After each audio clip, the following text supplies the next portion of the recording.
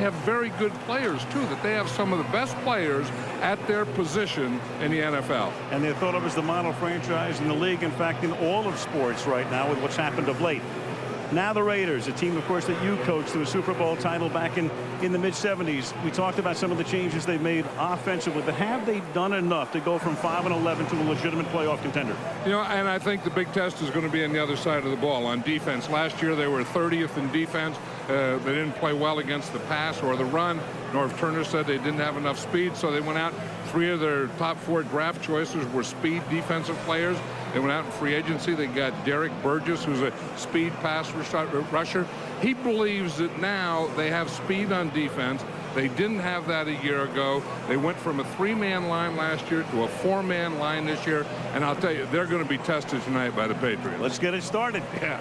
Now it counts. It's for real. It's opening night, week 1, the kickoff to the 2005 NFL season. Coming up after all the pregame pageantry, the Patriots hosting the Raiders in Foxborough.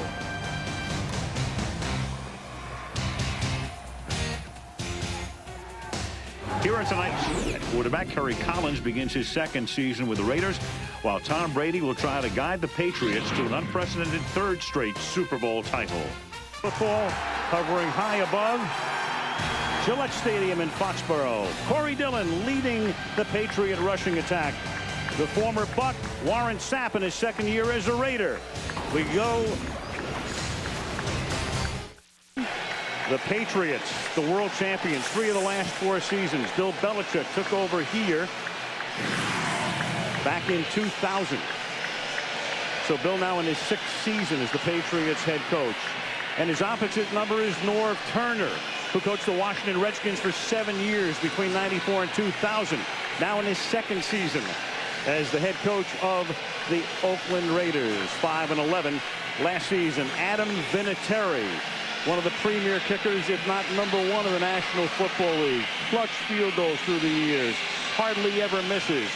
Good kickoff man as well. Will put it in the air. And back deep to return the opening kick is Chris Carr, a rookie from Boise State. Very fast, electric in preseason. They love this kid. They think he's something special. Crowd on its feet. Vinatieri comes forward, and the 2005 season is underway as Carr takes it at the 3-yard line. Comes straight up the middle and gets taken down in the open field up at the 29 by Wesley Mallard. Let's take a look at the Oakland offense. Kerry Collins, Penn State. Lamar Jordan, Maryland. Randy Moss, Marshall. Jerry Porter, West Virginia. Courtney Anderson, San Jose State. Zeron Flemister, University of Iowa. Barry Sims, Utah. Langston Walker, University of California at Berkeley. Jake Grove, Virginia Tech. Ron Stone, Boston College. Robert Gallery, Iowa. And Moss starts his Raider career as a flanker to the left.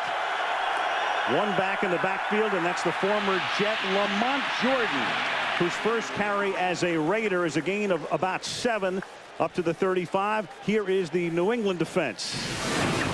Ty Warren, Texas A&M. Vince Wilfork, Miami Hurricanes. Richard Seymour, University of Georgia. Willie McGinnis, University of Southern Cal. Monty Beisel, Kansas State. Chad Brown, University of Colorado. Mike Vrabel, The Ohio State University. Asante Samuel, Central Florida. Rodney Harrison, Markham, Illinois.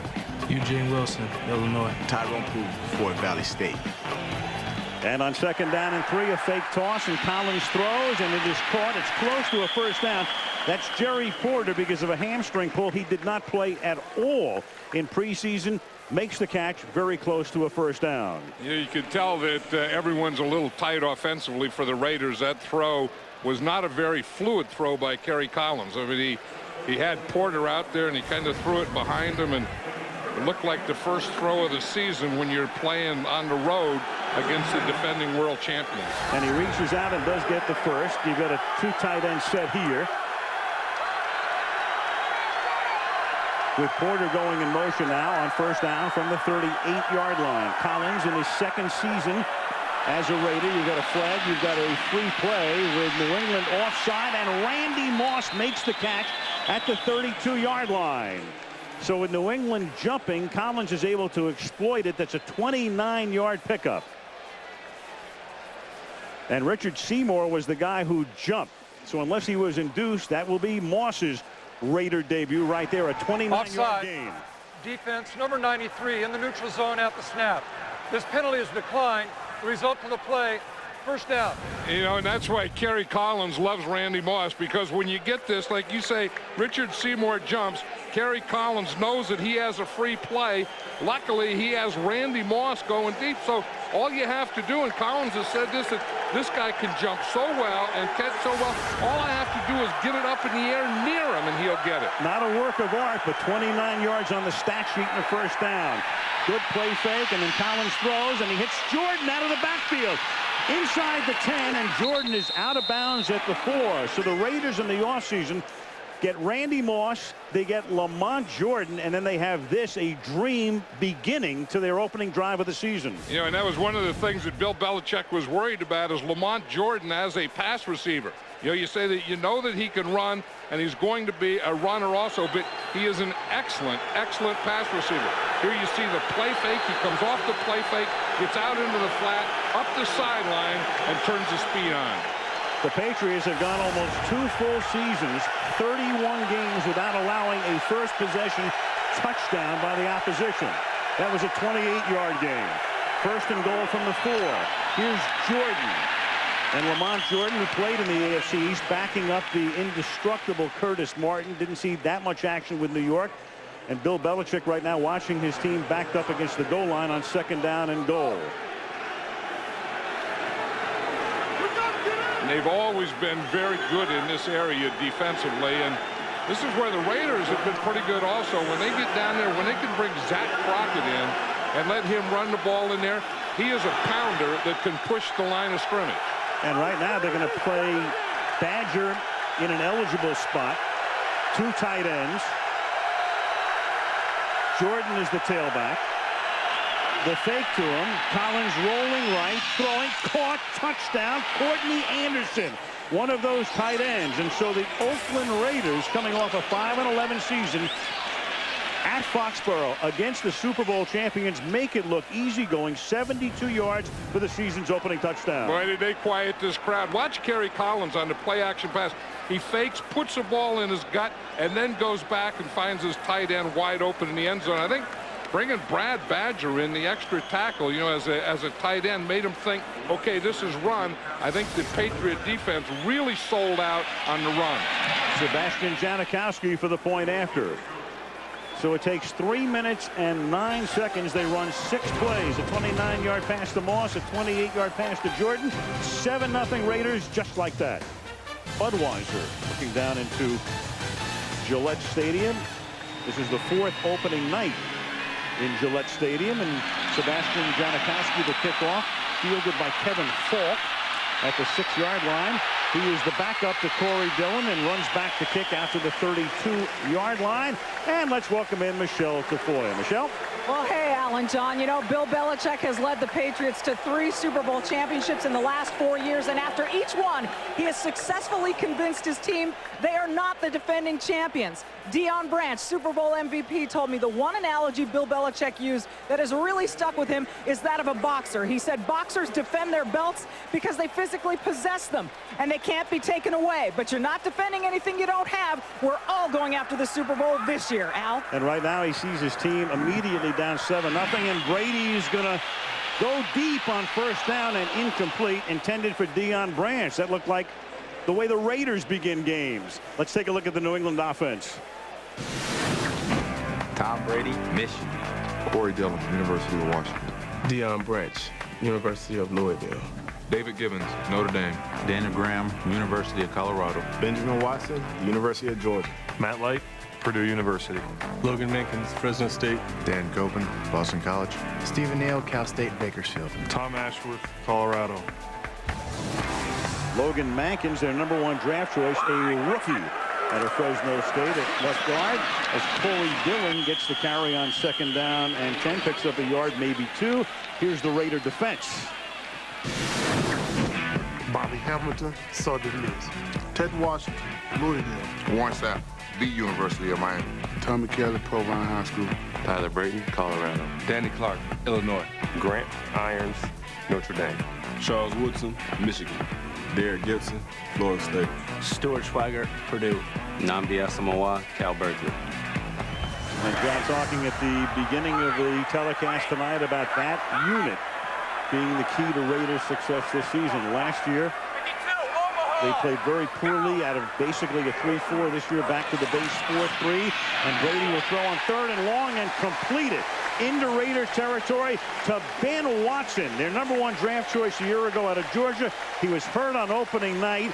Didn't play the rest of the season, but they love him. You know, and this is the area that Norv Turner was concerned with, this 3rd down, you know, getting off the field. The Raiders go in, they 4-man rush. They're in dime defense. They have 6 defensive backs in there, 1 linebacker, and the tight end beats them.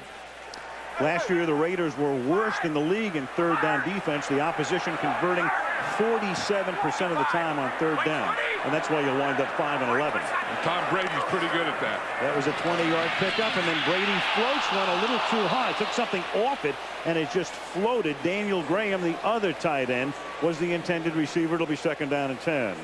And Graham is going to be kicking himself, and Brady's going to be kicking himself because one of them did something wrong, because Daniel Graham was wide open. And Brady thought he was going to go to one area, and Daniel Graham was going to another area. But he had his other tight end, Benjamin Watson, open to play before that, and then Daniel Graham on that play. Dillon's out, and Kevin Fall comes into the backfield, number 33. Patriots carry only 3 running backs. And Falk, the backup to Dillon, is inside the 45 to the 44-yard line. It'll be 3rd down and 6, and Logan Mankins pulling, the rookie leading the way. Now you see the Raiders, they bring in 6 players on this down to play their dime defense. Six players go in, and then of course 6 players come out. And this is the area that if they're going to improve, you say generally they have to improve on defense, specifically this defense. 3rd down and 6. Brady will operate out of the shotgun.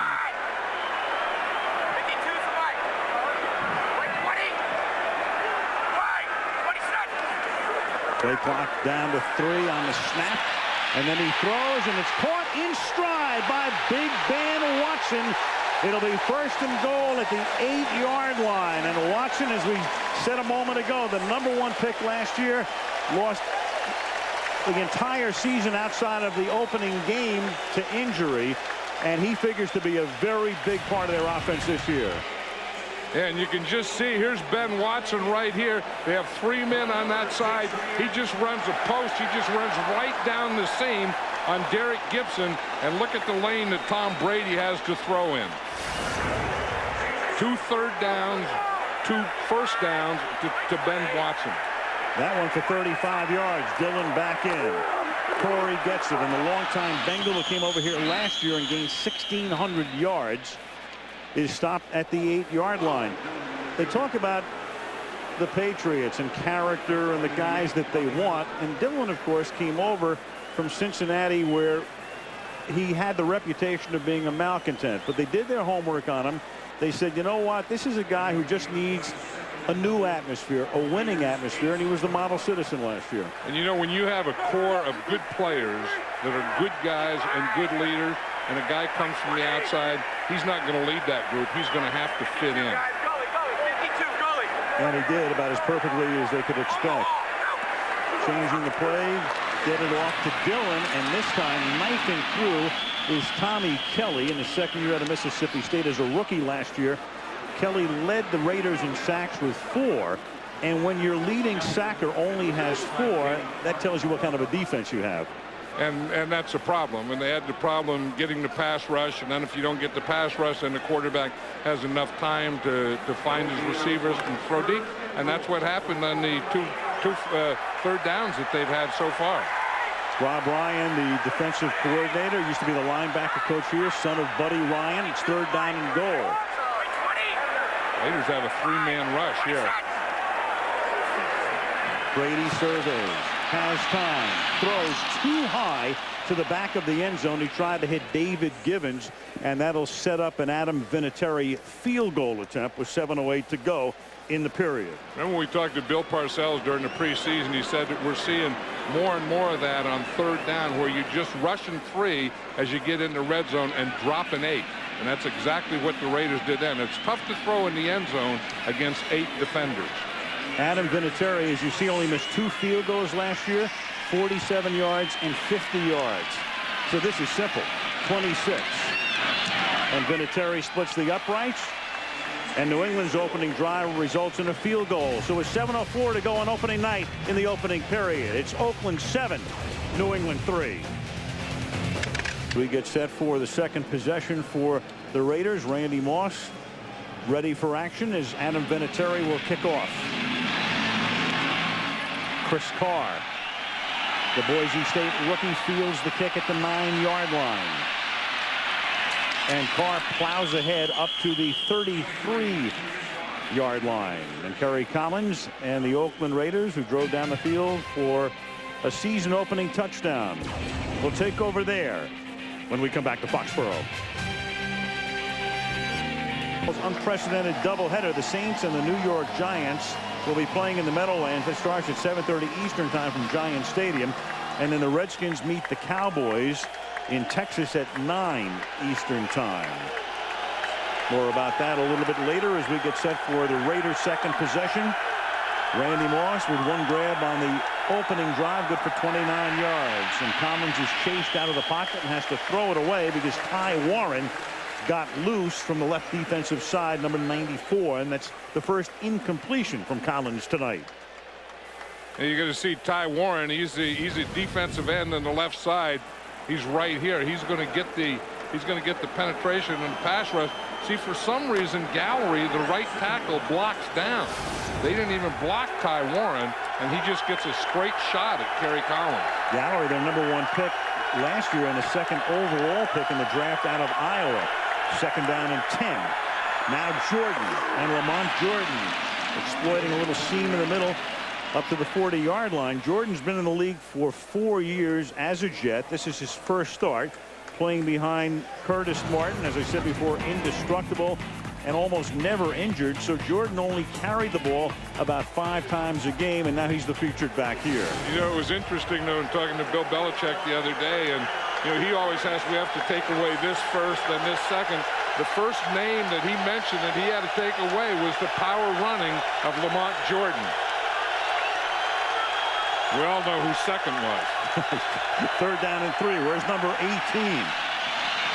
And we've got a flag here as the pass intended for Courtney Anderson is incomplete. There's a flag on the other side of the field. On this side, Tony Correnti is the referee tonight. I think it's going to be a defensive holding, and if it is, it's an automatic first down. Holding, defense number 38. 5-yard penalty, automatic first down. Correctamente, Tyrone Poole with the penalty. You know, Randy Moss does a lot for a team, and we've talked about it. You know, he's going to catch passes, and you know, and he controls coverages, and he does all those things. But he also gets penalties. You know, I mean, he'll get penalties for you. You see, Tyrone Poole held, but who did he hold? He held Randy Moss. Not the first time Moss has been held, nor the last. From the 45-yard line, here's Jordan. It must be so enticing when you see Randy Moss across the line, if he gets a half a step on you, to just reach out by instinct. Yeah, because I think anytime you see Randy Moss and you're a defender, and I know every defensive coach in the league thinks that he's going to go deep. And every defender and every defensive coach is scared of someone going deep on it. The two things they worry about is the deep pass and the quarterback running. And this guy, to me, is the most dangerous deep pass threat in football. Second down and 8. Here's Jordan. And Jordan across the 50. A flag is thrown at the end of the play. He is knocked out of bounds at the 46, which would be a yard shy of the marker, pending the call here. That's what Lamont Jordan does so well, is start inside and bounce it to the outside. Holding, offense, number 89. 10-yard penalty, repeat, second down. That's the wide receiver on this side. That was Ronald Curry coming back from Achilles surgery after last season.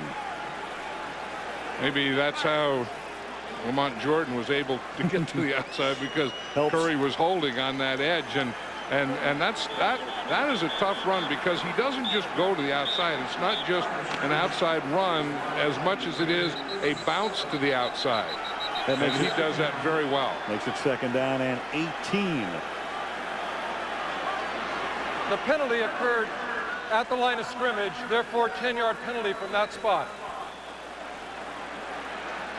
And that's why it's second and 18. It was second down and 8. One of the things you always think of Norv Turner as a passing coach, a quarterback coach, throwing it deep all the time. But I'll tell you, no one loves to run the ball more than Norv Turner. And he's had some great runners through his years as a head coach and an assistant coach as Collins has time. And then Moss draws a crowd. You had Willie McGinnis covering on the play, and he had help as well. It'll be third down and 18 coming up. Yeah, and that was good pass protection. Kerry Collins had plenty of time. As you'll watch his eyes here, he's looking downfield. You see, he looks to the right, then he looks to the left, then he's looking deep, and then he has to come back. You see, he has nothing out there, then he has to come back to his short guy. Norv Turner was saying that they put a camera in practice just on Kerry Collins' eyes to make sure that he is always looking upfield. Collins, 11th year in the league out of Penn State, second as a Raider, and they'll take a timeout here with 5:13 to go in the opening period, and the Raiders on top 7-3 in New England. Steve Bruschi, the linebacker for New England, had suffered what was described as a mild stroke. So there is Teddy. He hopes to play again this season. The chances of that are infinitesimal, but he does for certain want to come back and play next year. Michelle will talk a little bit about it later, but there is Teddy Bruschi on the sideline. Third down and 18, 6 defensive backs, 3 linebackers, and 2 defensive linemen by trade line up for New England, and Collins is going to air it out for who else? Randy Moss with triple coverage, and it's incomplete. One thing you know in that situation, the Patriots aren't going to leave Randy Moss one-on-one. They're not going to leave him even 2-on-1.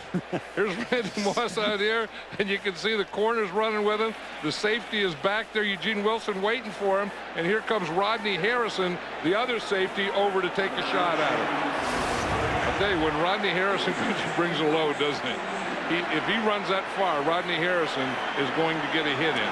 The classic drawing the crowd example there is Shane Leckler, the Pro Bowl punter, booms one into the night sky. Tim Dwight played with San Diego last year with a ton of speed out to the 32-yard line. Tim Dwight only 5'8", 180, but a great run back man has given the Patriots a 27-yard return to set them up for their next possession. Opening period, Oakland on top 7-3, taking the opening kickoff and driving down the field for a very quick touchdown. The New England Patriots with some changes, and some big changes during the offseason. Eric Mangini, you saw him, now the new defensive coordinator. We'll detail that in a moment, but here is Brady beginning this drive from the same spot from which New England began its last drive, its own 32-yard line. On first down, setting up in the pocket, throwing, it's caught, and it's taken down the sideline by Deion Branch, the Super Bowl MVP, who caught 11 balls last year in their victory over Philadelphia to the 39-yard line on a 29-yard gain. It was just a cover 3, and you're going to see Asamoah is here. He's off of Branch, so he knows that he has single coverage out there in the left. And Branch is so quick. I mean, he moves like he's going up the field and then just breaks it off. Tom Brady throws a perfect pass, and he had great pass protection. Branch did not play at all in preseason despite being healthy. They wanted to protect him, and shows no signs of rust here at the 39-yard line, and that is caught. Troy Brown, who was released earlier this year, and then he re-signed with New England. And Brown, one of the fan favorites, not only can play wide receiver, but a defensive back as well, a 20-yard gain. And Tom Brady sure spreads it around, doesn't he? And he makes it look so easy. I mean, here's Troy Brown. He's up here, and he's just going to come up, and he's going to run in the end. He was the inside guy who ran it out, And then, but Brady has such good pass protection, and he has such great feel. He just makes everything look so easy. He's already thrown for 104 yards. He's 4 out of 7 in action up front. Yeah, I always said that about Joe Montana. I mean, he False does. start. Offense, number 72. 5-yard penalty, remains first down. He does everything that every other quarterback does, but he just makes it look easier. And this is where I think that Tom Brady is comparable to Joe Montana, is that he's doing the same thing that all the other quarterbacks in the league are doing, but he just makes it look easier than they do. Well, he grew up in the San Francisco area on the peninsula in San Mateo, and of course his idol was Joe Montana during the 49er glory years. 1st and 15 from the 24-yard line out of the shotgun after the penalty against Matt White. Brady throws, caught 15-yard line by Deion Branch, about 5 yards shy of the first. Kirk Morrison, the linebacker, made the stop. A little skirmish. Looks like the Patriots are just working against these Raider linebackers, but it all starts with pass protection of the Patriots or lack of pass rush. I mean, look at Tom Brady's in the shotgun. He just stands back there, stands up, finds a lane, and just hits his guy. I mean, look how he keeps looking upfield, and then he just moves his feet a little, gets a position, and throws the ball. That was a problem last year. One of the reasons they went back to the 4-3 instead of the 3-4. 2nd down and 5 from inside the 15. Dillon to the short side of the field, and this time it's Tommy Kelly who cuts off his path to the outside. Number 93 says, no, sir. And the Raiders have been going to a 3-man line. I mean, they started with a 4-man line, and then they're jumping in and out of a 3 and a 4-man line, trying to mix it up against the Patriots. But the Patriots have very, very good pass protection against whatever front the Raiders get in. There is Warren Sapp, 9 years with Tampa, then comes over to Oakland in the 3-4 last year. He played on the outside. Didn't like that. Now he's back inside this year. There's a 3-man line there, and they'll probably drop 8 in this situation. 3rd down and 9. Indeed they do. 3 rush, 8 back, and still Brady finds Branch wide open for a touchdown. 8 guys back, and Branch got that free. 18 yards for the touchdown. Robert and Myra Kraft saluting the first touchdown of the season for the Super Bowl champions. He sure is cool, isn't he? Very. Well, he's fun to watch. He would be fun to coach, and he would be fun to be a teammate of. Brady has already thrown for 132 yards. So New England has 1 rushing yard, 132 through the air. Vinatieri to tack on the extra point. Brady perfect on that drive. New England knifes through the Oakland defense with 2:05 remaining in the first period. It's 10-7. He's fired up. He's acting like a nose tackle there. We're talking about the 3-man rush, and you see they're just going to bring 3, and they're going to drop 8, and they just find a hole in that. Now it's dropping 8, and they're dropping into a zone. Deion Branch just gets wide open in that hole in the zone, and of course Tom Brady had great pass protection, so he could wait for him and find him. It's the thing that you do in man-to-man as a receiver. You run away from your man in a zone, you sit down in a hole. Deion Branch sat down in that hole in the zone. And Branch has now caught 3. Bob Kraft in 11 seasons has watched his team win 3 Super Bowls and go to a 4th. Brady and Dillon. Mid-season form. Yeah, Brady's trying to fire up Dillon. I don't know if he's complaining about not being able to run the ball or whatever, but you know, you can do that. I mean, you can pass the ball to open up your run. I mean, for years it's always been, you know, we have to establish the run and then go to the pass. But Bill Walsh years ago proved that you can establish the pass and then go to the run. I can't believe Dillon would be sulking. I mean, it looked like he was at that moment, but maybe Brady was, he had to be talking about something else. How many yards does Dillon have? -3. Well, and 4 carries. Yeah, I mean, if you're a running back, you have -3 yards. That's going to upset you one way or another. But he, you know, they'll soften this defense up, and he's going to get some things going here pretty soon. Vinatieri to kick off. Chris Carr, the rookie from the 5-yard line. Decent return up to the 33. New feature called Inside Out. Here's Tom Brady, Inside Out. In high school, I was voted Mr. Studious. Joe Montana was my idol growing up. The strangest request I received from a fan is being a best man at somebody's wedding I've never met. If I could have dinner with one famous celebrity, it'd be Bono. When I hang up the spikes, I'm gonna sleep till noon every day. I play this game for the ring. And he has plenty of jewelry. 3 rings, 2 Super Bowl MVP awards, and this is Lamont Jordan exploiting the middle up to the 40-yard line. Here's Michelle. Well, you're talking about Tom Brady and how easy he makes things look. He was telling us that when he was in 4th grade, he would get up at 6:30 every morning, do 25 push-ups, 25 sit-ups, and jump rope 100 times. Then he was required to call his dad's personal trainer and check in. And if he didn't make the call, he had to pay $1. If he made the call, he got 25 cents. I'll give you more in a little bit, Al. 2nd and 3. Tom Brady with a career-high 132 passing yards, a career-high for a first quarter. And they bottle up Jordan here before he can get to the first down marker. Now, as Paul Harvey says, Michelle, the rest of the story. Well, Al, Brady was the kid who put this pressure on himself. No one did it to him. He said even in college, he'd go to bed nervous at night, wondering what the wind might be like the next day and how it might affect his play. But ultimately, he said all of this made him handle pressure better. And he traces it all the way back to those early mornings as a 10-year-old kid in the Bay Area. Very disciplined, a superstar of tremendous magnitude, and yet almost too good to be true at this point. 3rd down and 2. From the 41-yard line. Here's Jordan, and he'll pick up the first down. So 3 carries by Jordan up to the 44. And, you know, with all the success that Brady has had, John, I mean, he's still what he was in his first year in 2001.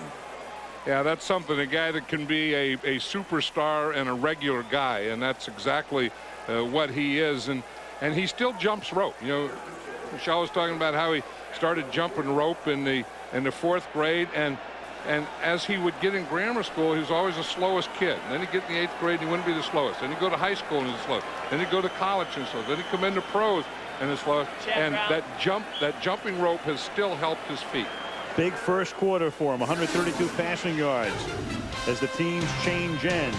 New England 10, Oakland 7 after 1, and this kickoff special continues after this message and a word from our ABC stations. El Tafoya, the season kicking off tonight on this Thursday night. Week 1, Game 1. Gillette Stadium, which opened in 2002. Across the parking lot from the old stadium. And you know about the final game played in that old stadium. The famous snowball game. From the 45-yard line on first down. Here's Jordan. That's a game, of course, that the Patriots will remember. Well, both teams will remember forever.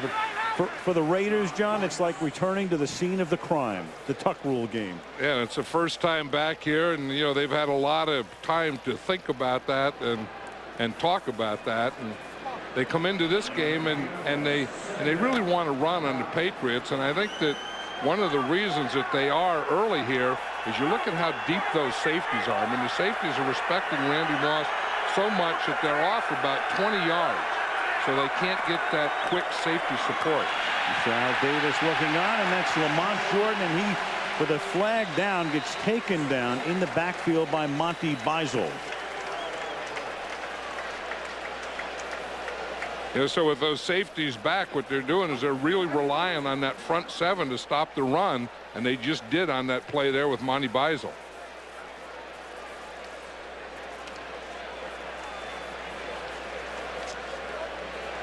Illegal use of the hands, hands of the face, defense number 50. 5-yard penalty, automatic, first down. Big penalty because it was a 3rd down and 10, or would have been a 3rd down and 10.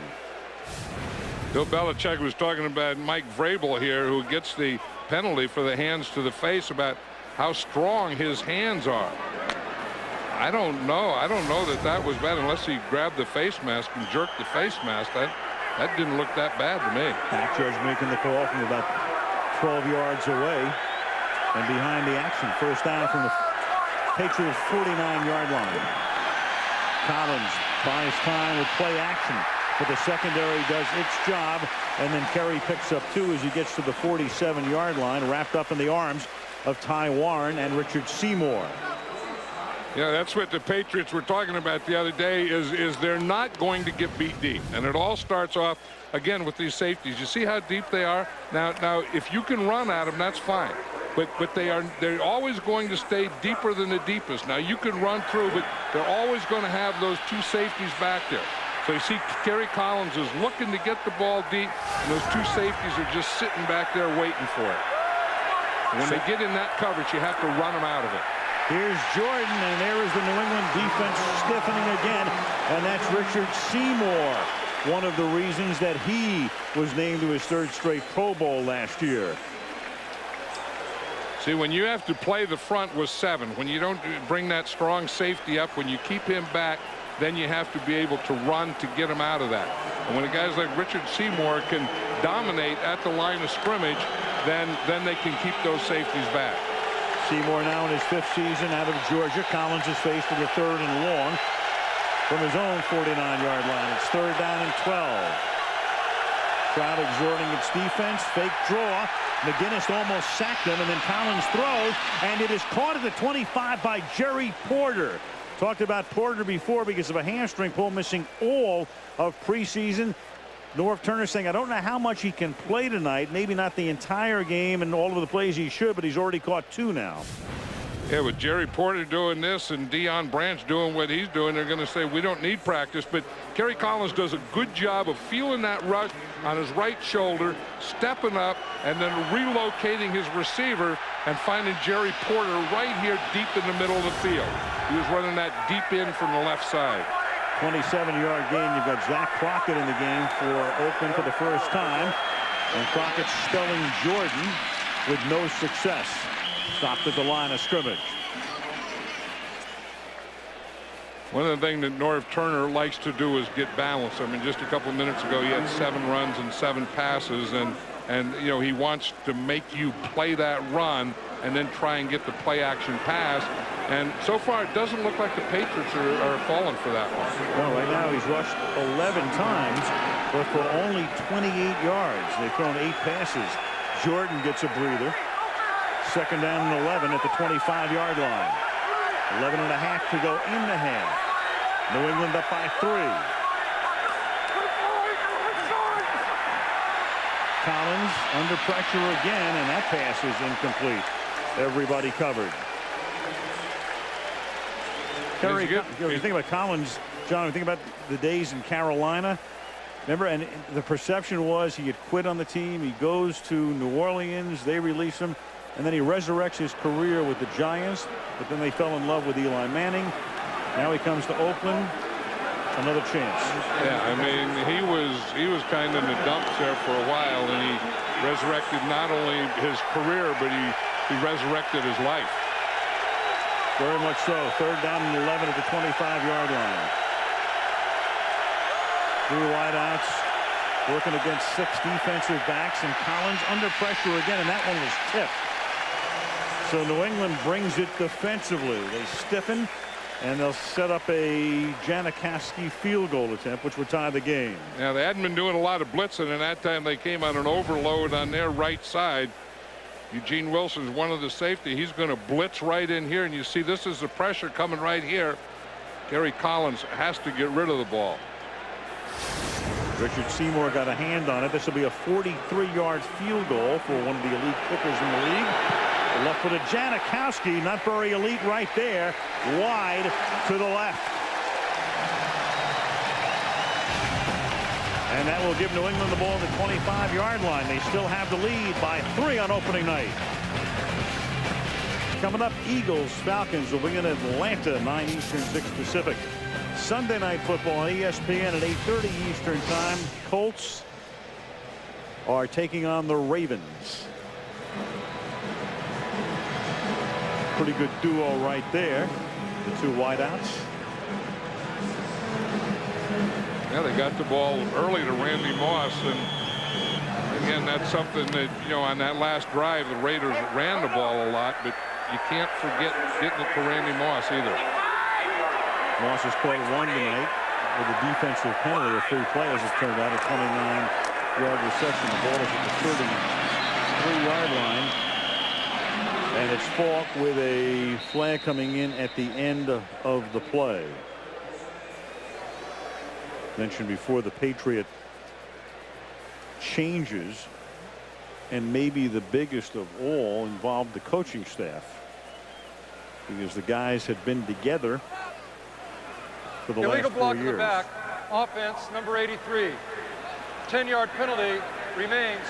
First down. That's Deion Branch. It'll make it first down and 20. So Charlie Weiss was the offensive coordinator. He now is the head coach at Notre Dame, and they beat Pitt the other night. Romeo Crennel, the defensive coordinator, now the head coach with the Cleveland Browns. So Eric Mangini becomes the young defensive coordinator. He's been with Belichick for a number of seasons.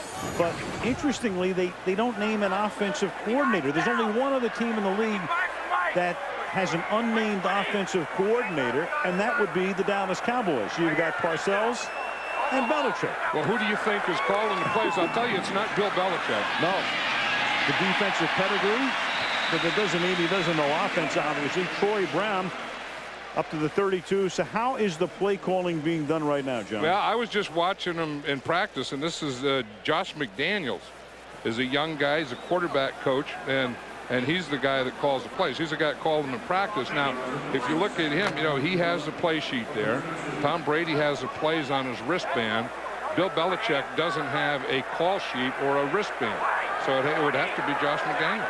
So he's listed as the quarterback's coach. Second down and 11 from the 32-yard line. Brady out of the shotgun after that 9-yard pickup by Brown. Raiders blitz. Brady throws. And the pass is incomplete, intended for Brown. The coverage is very good. Stanford route, their number 2 draft choice out of Houston among those covering on the play. It'll be third down and long. You know, I was talking about the wristband that Tom Brady has, and that's how Josh McDaniels sends in the plays, sends them in by a number. And look at that wristband. I was counting the plays on there before, and there's 30 in each column, and there's 4 columns. So he has 120 plays on that wristband. During the course of the game, you might run 60 to 70. Yeah, I mean, that's all you can run. And then he said, you know, sometimes you have stuff there that you're not going to use at all. Third down and 11. And this is Falk not picking up the first down. You run about 60 to 70 plays. Again, that doesn't mean you run every play as a different play. You can go back and recapture it. But I guess, what do you use, about 80% of the stuff on the wristband? No, I mean 80% of the plays that are called. Yeah, you would sometimes just eliminate things like Tom Brady was saying the other day. For example, 3 wide receivers, you might not use it at all, or it may be very successful and then use it a lot. So you need a lot of plays for that situation. I've just got an F in math for that last one. Josh Miller kicks, and Chris Carr takes it up to the 28-yard line. So the Raiders hold, 9:04 to go in the opening half. The Patriots on top of the Raiders by 3. Which would have been played in New Orleans. Many of you know has been moved to the Meadowlands. They'll play the Giants. It'll start at 7:30 on ABC. At 9 o'clock, the balance of that game will go over to ESPN. We'll then be in Texas for the Redskins and the Cowboys to wrap up week 2. And we're all thinking of New Orleans and the Gulf Coast as the Raiders come up to the 27-yard line. Lamont Jordan is back in the game. Saw Crockett on the last series. Collins to throw. Collins going deep. Collins from Moss. He juggles it, then catches it. Harrison can't tackle him. And Randy Moss, who comes to Oakland after 7 illustrious seasons with Minnesota, scores on a 73-yard throw and catch. That's why he's the most dangerous player in the NFL, because you never know when this is going to come. You see Randy Moss out there. Tyrone Poole is here. He's looking into the backfield. Randy Moss, that's the old deal. When he gets even right there, he's leaving. There's no way that when he gets a step on you that you're going to catch him. And then Rodney Harrison coming across, he has to have a better angle than that if he's going to tackle Randy Moss in the open field. There was very poor coverage by the Patriots. The 5'8" Poole gets burned. And Randy Moss has caught 2 balls tonight for 102 yards. And just like that, the Raiders are back on top. 14-10. In Minnesota, they effected a trade. Napoleon Harris and 2 draft choices went to the Vikings. The Raiders got Moss. He's already paid his first dividend tonight on that 73-yard reception, as Ellis Hobbs will run this back from the goal line. And Hobbs up to the 35-yard line. Ellis Hobbs, a rookie out of Iowa State. Randy Moss. Take a look at some of what he has done. Since 1998, when he came into the league, played his college football at Marshall in West Virginia. Tied for 4th in reception, 2nd in receiving yards, 4th in yards per reception, and 90 touchdowns coming into tonight. So that's 91 now for Moss, which is kind of Jerry Rice-like at the start of a career. And this is Corey Dillon. Now, nobody's going to be compared to Jerry Rice, and our salute to Jerry, of course, as he retired the other day. But when you go back over Rice's first few years in the league, 7+, the numbers with Moss stack up pretty good. Yeah, and I can't figure out how people can say the Minnesota Vikings are going to be better without Randy Moss. Someone has to explain that to me, when you can take 90 touchdowns off your team and be better. I mean, I've heard that it'll be Culpepper's team and all this baloney. I don't believe it. You can't take a talent like that, who to me, as I said earlier, is the most dangerous player in the NFL, and then your team be better. Yeah, I don't believe in addition by subtraction either. I think you lose a guy like that, you lose a phenomenal threat. And there it is. Jerry Rice in his first 7 years, 93 touchdown receptions, wound up with 197 over 20 years. And Moss with 90 in his first 7, and there's his 91st, which you just saw moments ago. The Raiders' longest touchdown reception since James Jett went 84 yards in 2000. And I think Jerry Rice was the best wide receiver that ever played the game. Quick slant to Givens, and that's enough for a first down. And he was a pleasure all those years to watch. And then, you know, I mean, he could take a slant and take it all the way, and he could do a lot of these things that we just saw Randy Moss do on any play. And that's the thing that scares you. You know, we talk about defenses and having to defend someone like him. You don't know when it's coming. You know, if you knew, okay, they're going to throw to him now, you can put a whole bunch of guys over there. It can be any play. From the 47-yard line, New England down by 4. Brady over the middle, wide open. Dillon gets the ball across the 50, tackled at the 49-yard line. Kirk Morrison, the first guy to get there. Danny Clark, the second. You know, I wonder if we talk about the play calling of the Patriots, and you wonder if the pass protection is so good for the Patriots, and Brady has been able to find guys open. You wonder if they're just going to stay away from the running game at least this whole first half.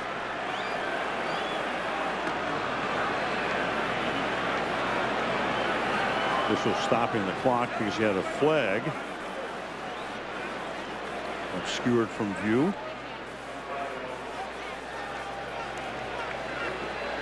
Twelve players participated for the defense. 5-yard penalty remains first down. That's the old 4-4-4. Daniel Graham is a tight end here, and he's blocking Derek Burgess, and the Raiders got Derek Burgess from the Philadelphia Eagles in the offseason to be an edge pass rusher. In fact, that wasn't Burgess, that was Grant there. And but you block that edge guy with the tight end, and that's pretty good. Burgess had 2 sacks of Michael Vick in the NFC title game last year. First down and 5 now at the 48. Brady. Open. Givens. David Givens inside the 25. First down. When they were just talking about the pass protection and the time that they give Tom Brady, and Tom Brady does such an excellent job of spreading the ball around. You know, it's not just that that he's going to go to one receiver. He goes to his outside receivers. He goes to his tight end. He goes to his running back, and that really helps your receivers because they know that if you get open, Tom Brady is going to find you and get the ball to you.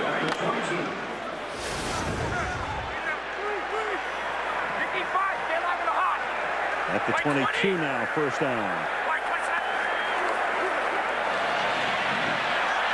And that is caught inside the 10-yard line by Daniel Graham. Distributing the ball around is Tom Brady, and Tom Brady now is 11 of 15. He's already thrown for 197 yards, 17 right there. They've had good success finding that tight end between the numbers and the hash marks.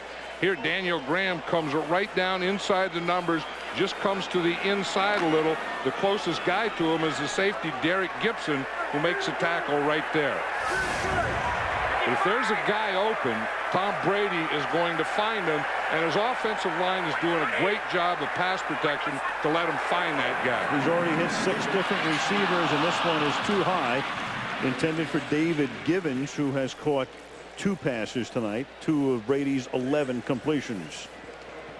Here we talk about an offensive coordinator, and the Patriots don't have one, but it's about the same offense. I mean, you have the same playbook. It's Bill Belichick's offense. It's the same guys, but the play caller is different. I mean, Charlie Weiss has an idea. This is what I want to call, and that's what you miss. You're not going to get that same rhythm. Second and goal at the 5-yard line. Looking to Tim Dwight, touchdown. Tim Dwight came into the game on second down and goal, and a much traveled receiver who gives you a lot of speed and is a great return man makes the catch. He is the 7th different Patriot to catch a ball tonight. And Tom Brady threw him a fastball on that one. Tim Dwight was down here in the left outside receiver, and he just ran a quick out. And watch Brady. He's just going to take a 3-step drop. 1, 2, 3, boom. And he just got it out there to Dwight. It was Derek Gibson, the defender, and he was about as close as you can get without touching the ball. Vinatieri for the extra point. Not a work of art. A little hook job there, but it goes through. Didn't miss the conversion last year. Brady's already thrown for 202 yards. And New England has the lead again, 17-14. Back and forth on opening night. A beautiful night in Massachusetts. Adam Vinatieri's kickoff. Heading to Chris Carr. Free agent rookie out of Fresno State. Up past the 30. Taken down at the 32. And Rodney Harrison playing on special teams as well as the secondary. Makes the tackle. There's the quarterback comparison tonight. Collins, hot start. Was much of the yardage of the 163 for Kerry to Randy Moss on those 2 catches for 102, and Brady on a pace to throw for over 400 yards. Both of them have thrown for 2 touchdowns, and you like offense with your hot dogs, you're getting it tonight. 31 total points already. First down at the 32-yard line. This is the second series that the Patriots are using a 4-man line defense. And they get pressure on Collins quickly. And the pass incomplete, intended for Randy Moss. You always think of the Patriot defense, that 3-man line, the 2 outside linebackers, and on these last 2 series, instead of a 3-man line, they've been using a 4-man line. You see one of their best play, one of the best defensive linemen in football is Richard Seymour. And he can play inside or outside. You see what he did? He went inside to Langston Walker. He just threw that outside arm to the inside, got inside his inside shoulder, and was right on Kerry Collins. Second down and 10. Vince Wilfork came across the line. I think Kerry Collins got him with the snap count. That used to be one of the things that would just drive you nuts as a coach. How can the nose tackle, when you're lining right up on the ball, be offsides when you're watching the ball? Defense, number 75. 5-yard penalty remains. Second down. You have an anxiety attack. But I mean, what he's doing instead of watching the ball, he's listen. Here he is right here. Here's the ball right here. All you have to do is watch that ball.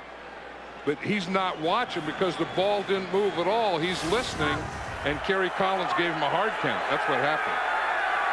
You just want video, no audio there. 2nd down and 5. Watch the track, watch the race. Jordan with a burst to the 49-yard line. Seymour takes him down at that spot. You know, one thing, Lamont Jordan comes over to the Raiders, and he comes from the Jets, where he was playing behind Curtis Martin all those years, and Curtis Martin led the league in rushing last year, so he didn't get a lot of carries. Then he comes to a team like the Raiders and a coach like Norv Turner, and I'll guarantee you he is going to be a workhorse on this team. You mentioned before that Turner, you think of him as a passing guy, but remember, he had Stephen Davis and Terry Allen when he was the head coach at Washington. He had LaDainian Tomlinson in San Diego as an assistant. Ricky Williams in Miami. Emmitt Smith is an assistant in Dallas. And here is Jordan to the 50-yard line. Seymour makes the tackle. Go back and take a look at Turner through the years. Remember, he was an assistant for Jimmy Johnson. A couple of Super Bowls in Dallas. Emmitt Smith and Terry Allen was his guy at first. And then Stephen Davis supplanted Allen. Tomlinson in San Diego when Norv was there as an assistant. Then he goes to Miami under Wannstedt with Ricky Williams. So he loves and knows how to coach the great running backs. 2nd down and 9 from the 50. Swing it out to Jordan, and there's a great defensive play. Vrabel sniffing it out, taking him down. Mike Vrabel makes a lot of great defensive plays. I mean, he's one of those guys that when he rushes, he's a dominant pass rusher, but he's also good in space. And that was an example of Vrabel in space. You just watch number 50. He's going to come back in here. And that's a tough play to do, because you have the guy out there in open space all by himself. You have no help, and you have to get up and make that tackle right there. And Lamont Jordan went off, limping a little. 3rd down and 13 at the 46-yard line. Zach Crockett is in the backfield. And then the pass is intended for Crockett as he stayed in the block and then went out into the pattern, and it's incomplete, and they're forced to punt. And there's a penalty. Prior to the snap and the play, delay a game. Offense. 5-yard penalty. Remains 3rd down. So there was no play. 3rd down and 18. Let me just clean up the mess before, John, you were talking about 120 plays on the chart. Right. I said 80%. I meant 80% of the 70-year run, which is about 50 plays, right? Right. And then that would be about right. I mean, you're not going to, if you run, 65, 70 plays, you're not going to have 70 different plays. You'll probably have 45 or 50 different plays. Thank you, Your Honor. I just didn't want to get arrested for accounting fraud. 3rd down and 18. Taking down to 2 minutes from the 41-yard line. And they run a draw, and then only gets a couple of yards. And then they'll punt with a 2-minute warning coming. And New England will have all of its timeouts. 2 minutes left in an action-packed first half on opening night. Patriots by 3 over the Raiders. For an NFL 2005 preview, and then a minute with Jimmy Kimmel on the Lexus halftime show coming up from Foxborough as you look 30 miles north to Faneuil Hall in Boston, Massachusetts state capital. 74-degree evening. Patriots on top, 17-14 on opening night, and the Raiders to punt. Shane Lecker to send to Troy Brown's way. High floating, relatively short kick, fair caught at the 16-yard line by Troy Brown. And we look at Tom Brady coming in now for the 2-minute drill. And watch him here, Al. He's pulling out an addendum here. We talked about those 120 plays he has. Well, that's not all. Then he has more. So he's going to slide out another area. Now that's 2 minutes. So he's looking at the 2-minute plays. You have special plays for 2 minutes. I was talking to Bill Belichick about this the other day, and he said that he's found statistically, if the first play of 2 minutes at the end of the half or the end of the game is a big play. In other words, if he makes over 10 yards on first down, they'll have a successful drive. If he doesn't, it usually falters. They have all 3 timeouts. They start out of the shotgun. And they'll start over the middle, and their first play of the drive is about a 3-yard gain to Troy Brown, and there's a flag down that comes in at the end. And I know from experience at this point in the field, with the Patriots going this way, that they can go down and score. I'm all for it. The old Super Bowl in 2001 against the St. Louis Rams. Personal foul, grabbing the face mask, defense number 36. 15-yard penalty, automatic, first down. Derek Gibson, and that'll help after they stopped him for a 3-yard gain. You've got a personal foul on Gibson. Yeah, and that's the thing that Bill Belichick is saying. So what happens there? Is it a 3-yard play or is it a 15-yard play? Turns out to be a 19-yard play. Right. So then is that a successful play? Looks like it was on Woodson. Yeah, he called the wrong guy. Woodson's the guy who got his hand in there. So the ball at the 35-yard line. Inside handoff goes to Falk. And it will be 2nd down and 10. Ton of time with all 3 timeouts left. Brady doesn't have to be in a big hurry here. 1.5 to play. Brady on 2nd down over the middle of Falk again. And now you'll have a 3rd down and 4 upcoming with Kirk Morrison making the tackle. You know, we talked earlier about the speed that the Raiders wanted to get on defense, especially in this 3rd down situation. Kirk Morrison is a rookie 3rd-round draft choice, one of those guys. 4-man rush on 3rd and 4. Brady throws, and the pass is incomplete at the 47-yard line, intended for Ben Watson, who made 2 big catches earlier. And so New England, with all of its timeouts, and they'll have to squander those right now because they're forced to punt. Ben Watson is saying that he caught that ball and he wants to challenge it.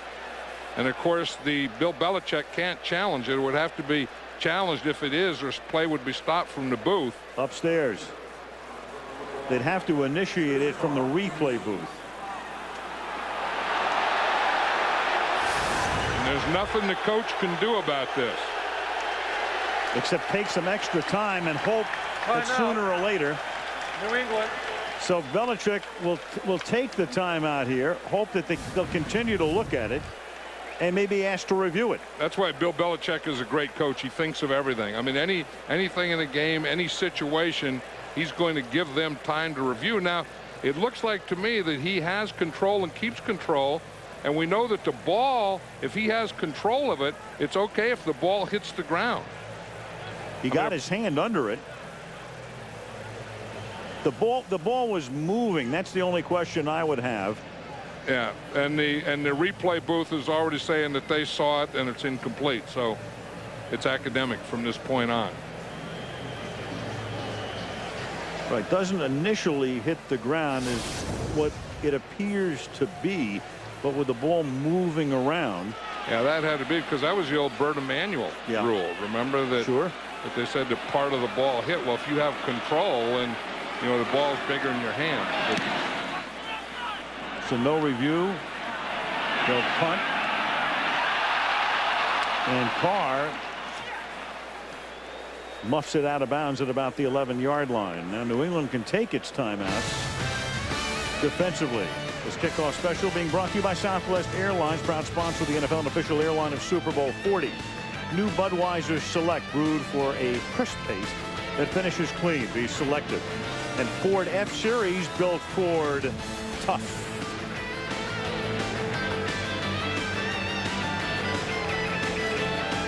Gillette Stadium, Foxborough. 53 seconds remaining in the opening half. New England has 2 timeouts because they used their first a moment ago, hoping that they would stop the play upstairs, which they didn't. First down from the 11-yard line. Lamont Jordan is the running back.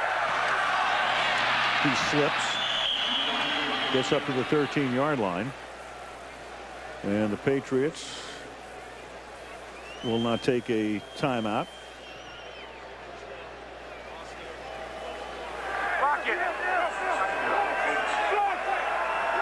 And they're going to let Oakland run it out as Lamont Jordan takes it up to the 26-yard line. That's a first down. And now Oakland, with 2 timeouts, can stop the clock. And they do. Quarterback in NFL history to go over the 30,000-yard mark for a career. They've just taken their second time out. The ball is at the 27-yard line on first down. And Collins will throw, and that one is too high and tipped. And a flag down. I'll tell you, Richard Seymour is a force. I mean, you can put him as an end. You can put him on a tackle. We saw him beat Langston Walker a couple plays ago. Prior to the snap, false start. Offense, number 87. 5-yard penalty remains. Second down. With the game clock operator, please reset the game clock to 23 seconds. Thank you. But anyway, and that last time he was playing over Walker again, and he just pushed him right back into the backfield, right into Kerry Collins.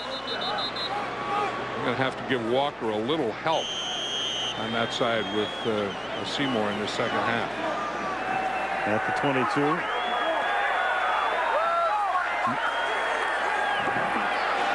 And they give it to Lamont Jordan. Kind of interesting. It looked like they were going to run out the clock. Then they take a timeout.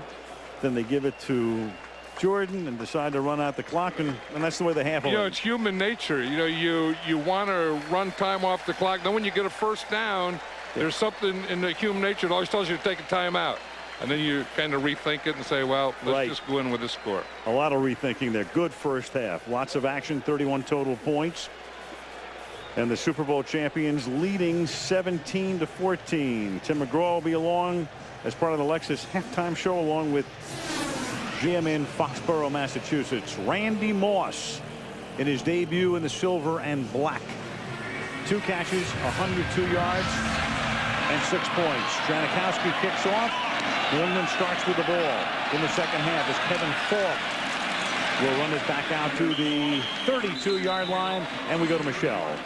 Well, Al, Norv Turner would like to see a couple changes in the second half. On offense, he'd like to see more consistency from his offensive line. He said, hey, we'll make a good play, then we'll miss a block. On defense, he really wants to see more pressure on Tom Brady. As for Bill Belichick, wouldn't say a lot, but he would like to establish a running game. He said against the Raiders' regular defense, their base defense, they are strong against the run, so the Patriots are going to try to attack where and when the Raiders are weaker. And we'll see if they can get that running game going, Michelle, as Corey Dillon, who had 6 carries for 3 net yards, picks up a couple on his first carry of the third period. Some of the numbers now through the first half. Big half for Tom Brady with 212 yards through the air. Decent half for Collins as well. Yardage just about even. First downs about even. And the game close as well, 17-14. You know, you wonder if the Patriots were passing more because it was so much easier than the running. Second down and 7 from the 35-yard line.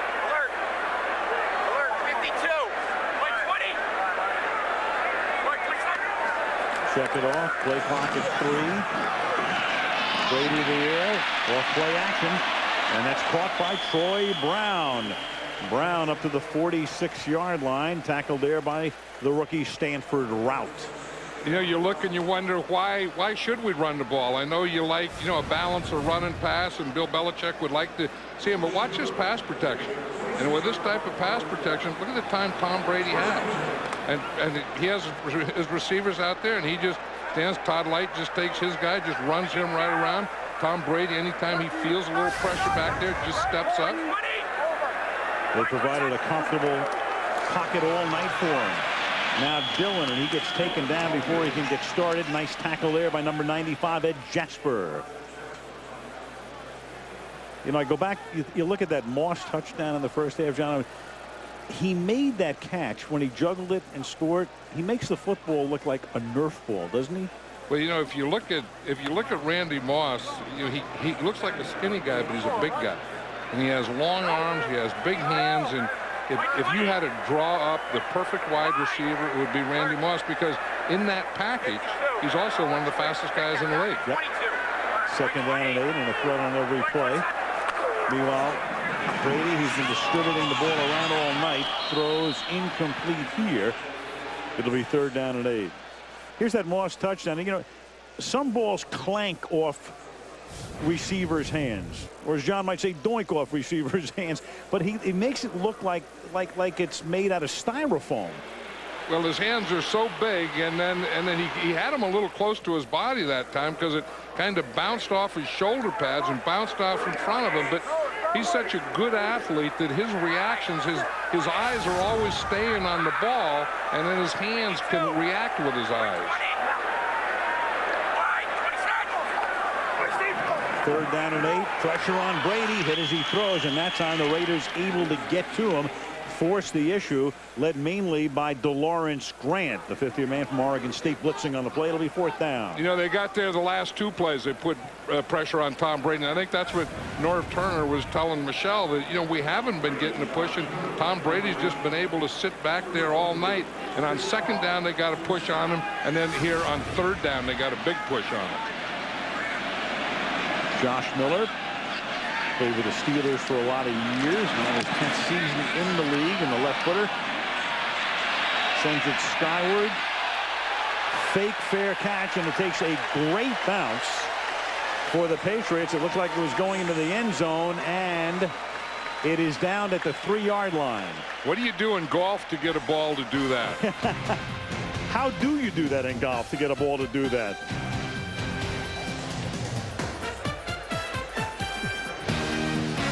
One remaining in the 3rd period.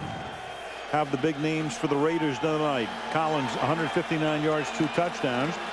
Jordan, nice debut for the former Jet. And Moss, only 2 catches, but big ones.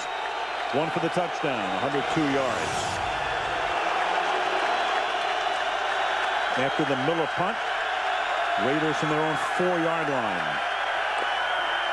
Jordan.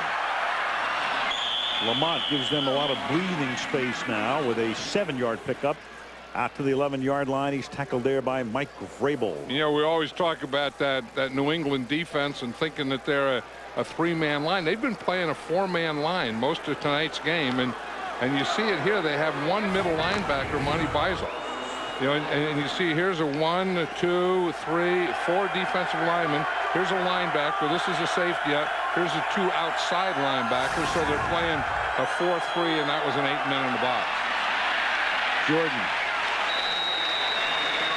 Is there a coach in the league who can give you as many looks defensively as Belichick? No, but they've usually been over the years from the 3-4. And, you know, people say, what are they going to do? They lose Johnson and Bruschi on the inside, and they get, you know, Chad Brown, Monty Beisel to play inside. What they're doing, Richard Seymour is playing that inside position in this game more than Chad Brown is. Look at Belichick's home record. Patriots have won 17 consecutive regular season games in this ballpark. Haven't lost since late 02. Collins throws, and then Moss had it, loses it, and they're going to say incomplete. They're going to say he never had it. So it's incomplete, and it's 4th down. That's one of those things where you start to run before you catch it. And you know that Randy Moss knows better than that, and he's upset with himself, and he was thinking of getting the 1st down, and he couldn't wait for the ball to get there, and then he started to go before it got there. 3 and out. New England figures to get the ball with decent field position. Leckler to punt. Tim Dwight to run it back.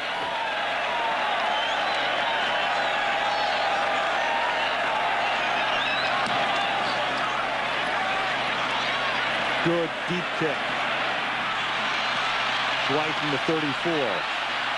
Took a moment to get the handle on it. And taken down at the 40-yard line.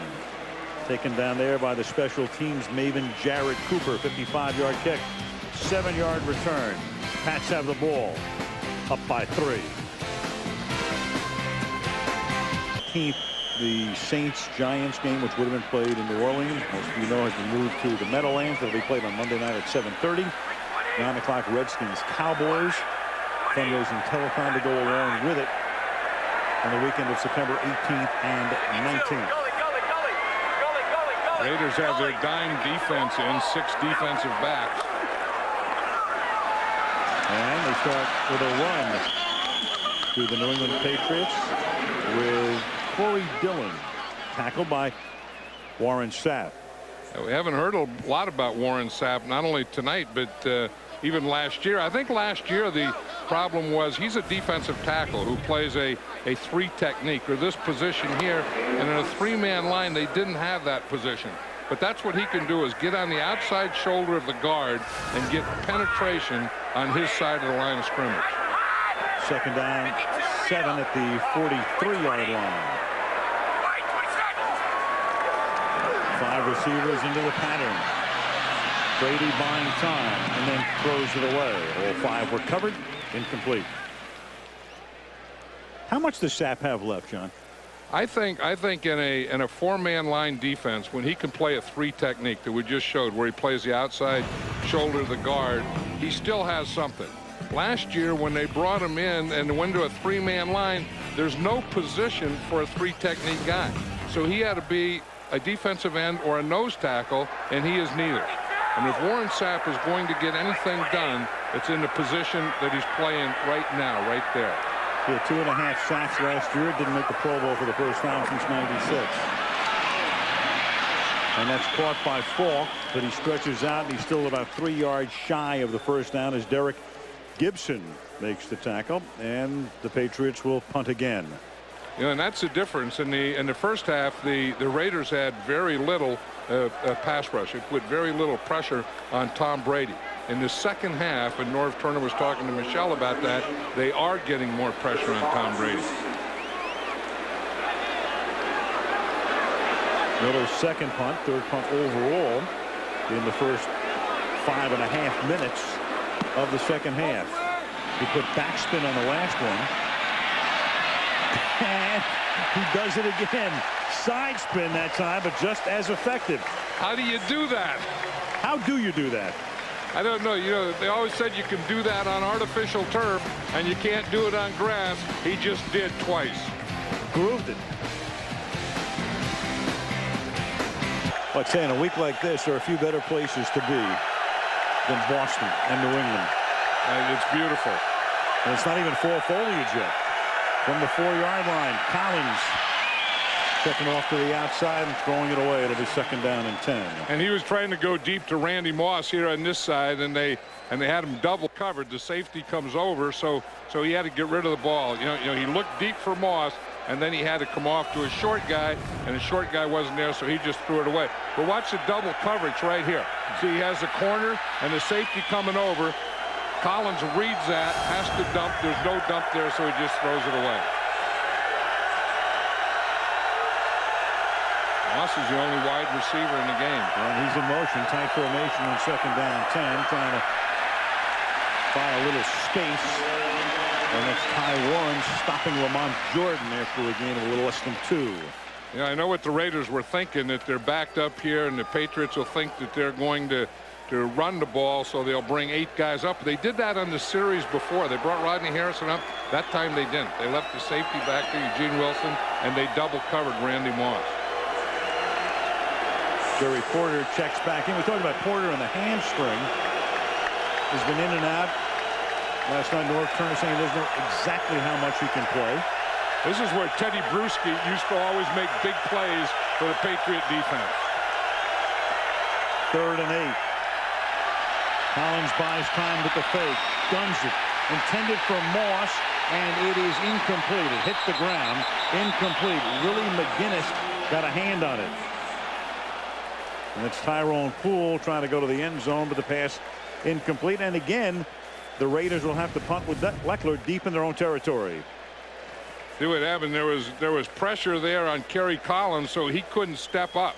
And that took a little off it, and he threw into coverage there, too. I mean, that's one of the dangers. Randy Moss is such a threat that you can see Collins is looking at him all the way. He was covered, and Collins threw it to him anyway.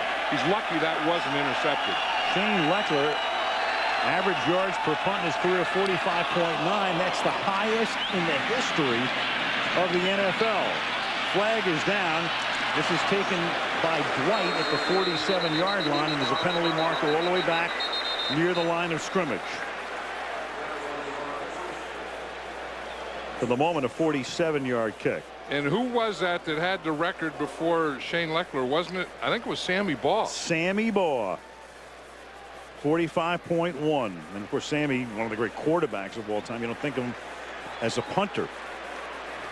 I think Sammy Baugh was just a great football player. He's still down there in Texas. He's on a ranch down there in Texas, and An Sammy eligible Baugh member won't of come the off kicking it. team downfield prior to the kick, number 88. New England has chosen to add the 5-yard penalty to the end of the run. It'll be first down. Zeron Flemister. Sammy Baugh, he's the only living member of the initial class for the Hall of Fame. At Stadium, they'll start from the 40-yard line, and Corey Dillon cannot turn the corner as Burgess is there to hit him first, and Woodson finishes him off.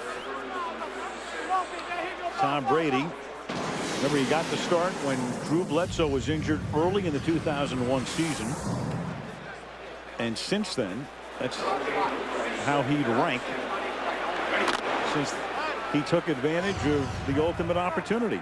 But here's the most important ranking. You know, the first in wins, and that's what he is. I mean, Tom Brady's a winner. 48 wins in 4 years, 12 per season. Corey Dillon gets shoved out of bounds by Derek Gibson. I think the Raiders are doing a good job against the run. I mean, that's the thing last year. They were kind of porous. They didn't get a good pass rate. Well, on defense, heck, they were 30th in the league, so they didn't do a heck of a lot of anything. But tonight against the Patriots, they're playing the run very, very tough. Kevin Falcon on third down in the backfield, third down and 5. And they give it to him. And he gets 4. He gets to the 31-yard line, which would make this about a 49-yard field goal attempt for Vinatieri. And of course, the crowd noise begins to swell. They want New England to go for it. And this is when this is a head coach's decision. You can have offensive coordinators, defensive coordinators, a special teams coach, but when you get this fourth down call, it's a head coach's call. And I see he sent in Dan Klecko, who's a defensive player who will also play offense in short yardage situations. He's usually the fullback or the lead back for Corey Dillon. So they have 3 guys who can switch over to offense, and they'll measure this. They'll be short. Klecko, Mike Vrabel, who got a touchdown pass in the Super Bowl. Richard Seymour can also play on the offensive side.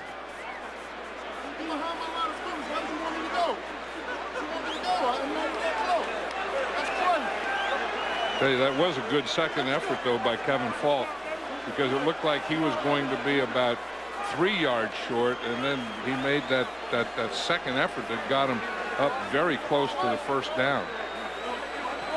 Usually when Vrabel goes in there, that was Mike Vrabel there, he usually goes in as a tight end. But now the Patriots have 3 healthy tight ends, so they don't need them. But again, they did put Dan Klecko in, so he'll be the fullback, probably the lead back. 4th and 1. At least they'll line up to go for it. Maybe try to draw him offside, eschewing the chance of a 49-yard field goal attempt. And they're going to run it. And they have Dillon, and Dillon puts his shoulder down, but looks like he comes up short.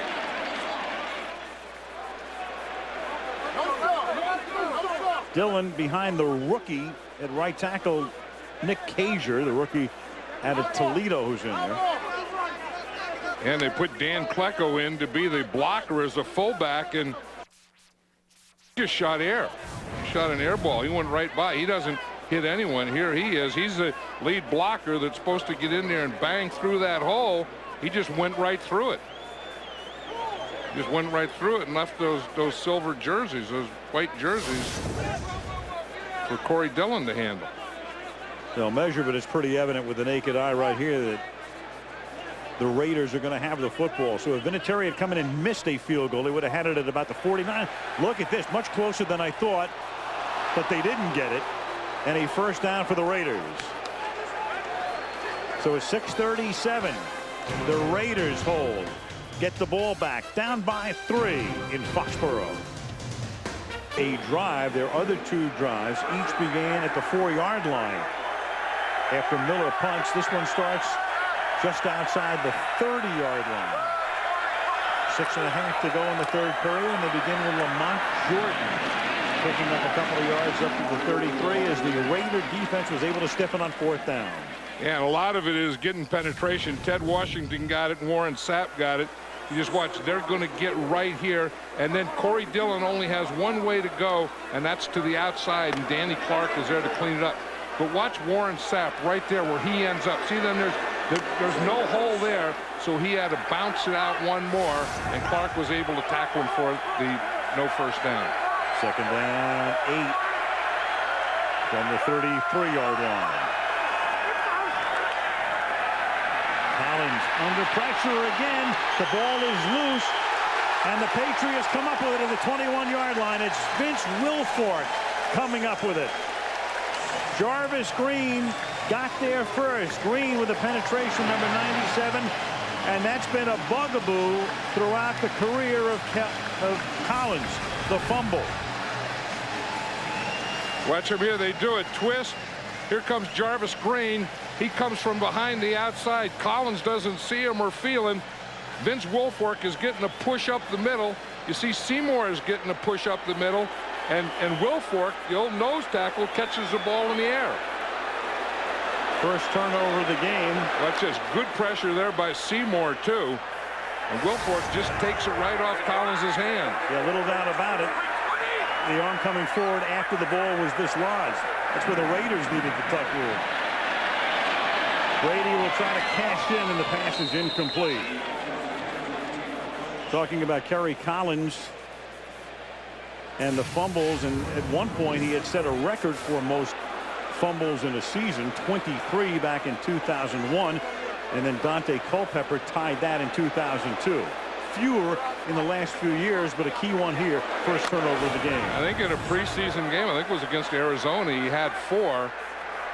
And that was one of the things that Bill Belichick was talking about is getting him out of rhythm. You know what? They can actually rule that an interception because Wilfork came down with the ball. So he lost it, but Wilfork had it. And this is Deion Branch taking it inside the 10 to the 8-yard line. So officially, since the ball didn't hit the ground, Wilfork will get credit for the interception. Right. That was an interception by the nose tackle. As an old nose tackle, you don't get a heck of a lot of those in life. So you have to enjoy them when you get them. But that was a big play for the Patriots. I don't know the last time Kerry Collins completed a pass. I mean, they had 4 drives he didn't complete. I think he was 0 for 6, and part of that is pressure, and part of that is he just hasn't been very effective. From the 8-yard line, 1st and goal. This is Dillon to the end zone, touchdown. 8-yard run. Dillon in behind Stephen Neal providing the escort. So Collins turns it over, and the Patriots cash in nearly immediately. Yeah, we always talk about guys that have to block, and you think of the offensive line, but watch the tight end, Daniel Graham. He just gets his guys. He just stays with Grant, takes him to the outside, and just cut right off his inside. Grant's still there fighting Graham, and the ball's in the end zone. Dueling face masks. No call, and Vinatieri for the point after. And that is blocked. So Vinatieri, who didn't miss one all of last year, has that one tipped by Langston Walker, number 66, to make it a 23 instead of 24-14 game.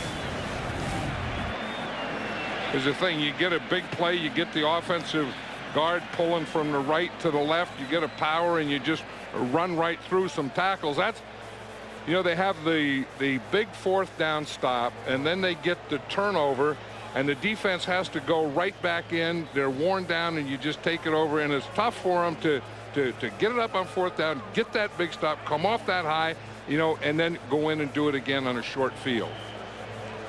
So you can say that's defense, but a big part of it is the offense. I mean, they didn't pass protect.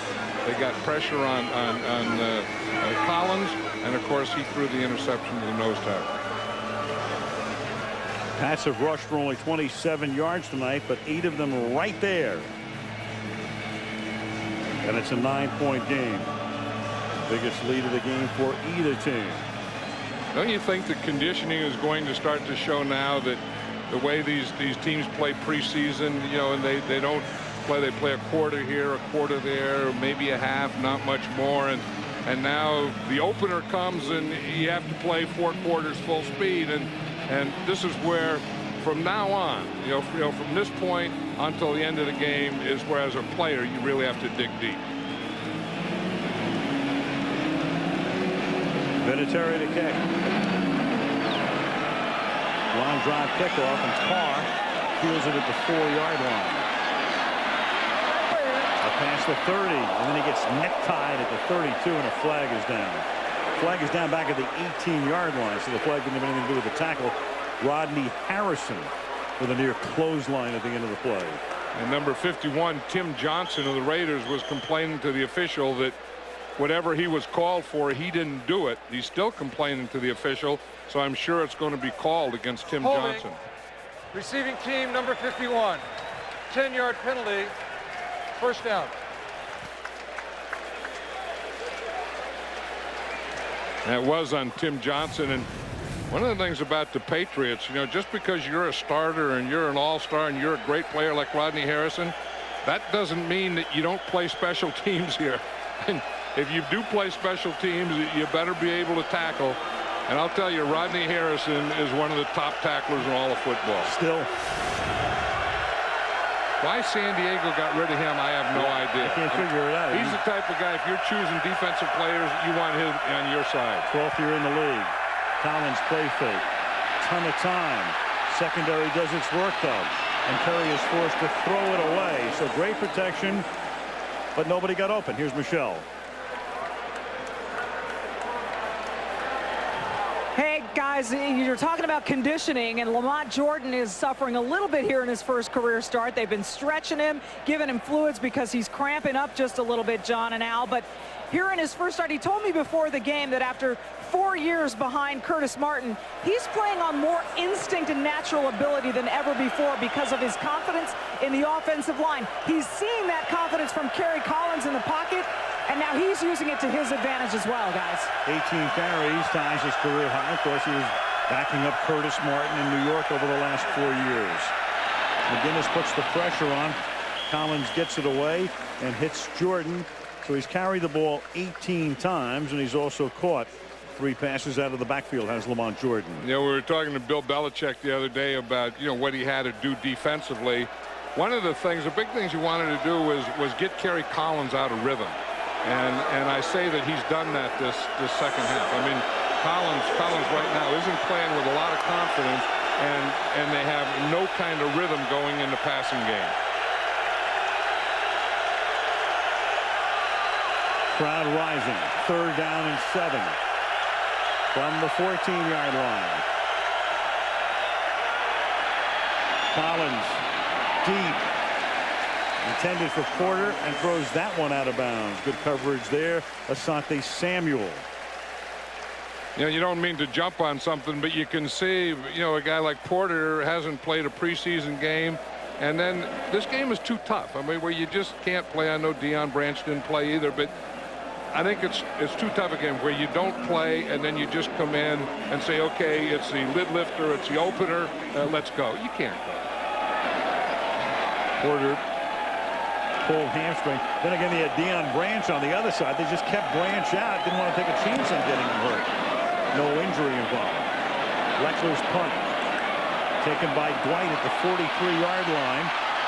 Gets a good legal block, and then there's a flag once the play crossed the 50-yard line. So Dwight is taken down, and we'll get the call from Tony Correnti. There's one back here, too. There's Two one. Downfield and one back here. We're talking about Tim Johnson. When he got the one called against him, he's saying now that he got clipped on this play. And if he did, it was a 45-yard line. That's a position that a head coach gets in when you don't know exactly what happens, but you think you do, and you don't want to hear it. There were 2 fouls against the receiving team on the play. Illegal block in the back, receiving team number 98. This penalty has been declined. Illegal block in the back, receiving team number 96. This penalty was accepted. 10-yard penalty from the spot of the foul. First down. I think that's the look when you know there are 2 fouls against you. Wesley Mallard and Chad Brown. Great thing about Belichick, I mean, Bill is a very bright man, knows a lot about world history, naval history, well read. But when it comes to his football team, he has selectively chosen to ignore history. Don't bring up that you won 3 Super Bowls in 4 years. He doesn't care. He doesn't want to talk about it. No, and that's one of the keys to his success is that he never gets satisfied, and he never lets his players get satisfied. From the 35-yard line, Dillon. And who does he remind you of in that regard? Parcells. You know, he didn't care about winning it in '86. He never wanted you to compare the '90 team to the '86 team. These guys live for the present. Yeah, and, you know, you tell them congratulations or something and say, yeah, but we were lousy on punt coverage. You know, we have to get better. We didn't tackle. I didn't like our defense on 3rd down. We have to do better in the red. I mean, he has a laundry list of things that they have to do better than they did a year ago when they won the Super Bowl. Maybe in retirement they'll save it. 2nd and 5. Dillon again up to the 41. Ted Marcher-Broda gave Bill his start as a kid. He went to Phillips Academy in Andover, Massachusetts. Then to Wesleyan in Middletown, Connecticut. Then he's starting in '75. Look at those shots. 2 Super Bowls as the Giants defensive coordinator under Parcells. Coached the Browns for 5 years. And now, of course, from 2001 on, a guy who's headed for the Hall of Fame with those 3 Super Bowl titles. You should have seen him before the game. They had all the hoopla going and the bands playing and all this stuff, and he just came out and sat in the bench. You know, like he was bored with the whole thing. I mean, he wasn't going to get caught up in everything. I mean, the players were out there, the lights were out, they were celebrating their win, and here's Bill Belichick during the whole thing. The crowd's going crazy. They're yelling for the team and everything. And he's just sitting over there bored to death with the whole deal on the bench. Look at this. They got searchlights. They got, you know, fireworks. They got the whole thing. And he's just sitting there. Let's start to play football. This other stuff's a bunch of baloney. No peripheral nonsense from Bill's world. Miller to kick again. He's taken 2 beautiful divots on a couple of punts. And this one is caught by Carr up at the 21-yard line, and that's where Oakland will begin its next drive. This NFL kickoff special being brought to you by our Rocky Mountain Refreshing Coors Light, the official beer sponsor of the NFL. CareerBuilder.com. Visit the largest job website, CareerBuilder.com. A better job awaits. And Snickers, home of the Snickers hungriest fan. Kerry Collins, good first half, but take a look at that in the second half. 3 yards, and then you had the interception. Off it otherwise would have been a fumble. And now you've got Zach Crockett, the backup to Lamont Jordan, giving them some energy with a burst out to the 41-yard line. Yeah, you were right on Collins. He started out 6 for 11 and 163 yards, and since then he's been 2 for 9 and -1. So now they're trying to get something different. They're trying to get back in a rhythm. They bring in Zach Crockett, and Zach Crockett is a load. I mean, he'll hit that thing in there, and he'll move the pile, and he is a great changeup for Lamont Jordan. 6'2" and 240. I'm surprised they didn't go to this earlier. They've got a flag here after what would have been a 7-yard gain. And because Zach Crockett was a fullback and short yardage runner, and they moved him to tailback, and he's going to be the change of pace for Lamont Jordan. Holding, offense, number 64. 10-yard penalty, remains, 1st down. Center Jake Grove was the starting right guard over the second half of last season. They moved him over. They really like Jake Grove. I mean, this young offensive line, you know, you talk to all the Raider coaches and people in the organization, they love the right tackle, Robert Gallery. Of course, he was a 2nd pick in the draft a year ago, and they also love the center, Jake Grove. I think both of those guys are going to be special players for a long time. Raiders led the league in penalties last year, averaging a little more than 8 per game, and they have 8 so far tonight. First and 20. Here's Moss getting back into the picture, taken down by Chad Scott after a short game. One thing, the Patriots get ahead, and they know about Randy Moss. Now, look what the safety is going to do. There's no way that they're going to let them get deep. They're not worried about the run. When the guys play this deep and play like that, they aren't worried about the run. They're just not going to let Randy Moss get deep. Now, in saying that, he will catch some of those outs, and he'll catch some ins and, a hook them and the short stuff, but he's not going to get a deep one on it. That was a gain of 6. His third catch of the night. Second down and 14. Collins pressured again, sacked at the 30-yard line. It's Mike Vrabel making another big play. And he could have gotten one to Randy Moss here. He just didn't have time. When you run verticals and you run your wide receiver deep, then your quarterback needs time. Randy Moss is here on the right. He's going to run deep, but you see Vrabel is coming right in here on him. He was trying to throw to the right side. See, here's Randy Moss out here running a corner. That would be the place to go, but he didn't have the time because Vrabel got to him before he could even think of throwing the ball out there. Feeds around Flemister on the play. 3rd and 20 from the 31-yard line. 3-man rush, and they still get pressure, and the pass is short, and it's Jarvis Green busting through that time again. Yeah, it's great to have a vertical passing game and all those things and have a deep threat, but you have to have time. I mean, you have to be able to protect it. You have to have offensive linemen that can hold their protection. And if you don't have time, then what your receiver is doing deep can very quickly become academic.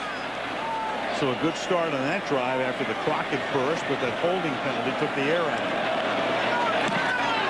Leckler. Flag. White is at 25. Flag is back down near the line of scrimmage.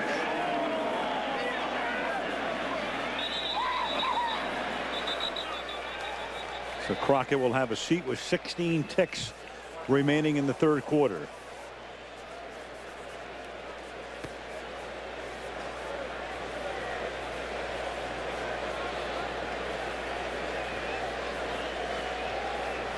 An eligible member of the kicking team downfield prior to the kick, number 51. New England has chose to replay 4th down after measurement of the penalty. Well, that's Tim Johnson again. Yeah, Tim Johnson has been on both ends of penalties in the last 3 kicking plays.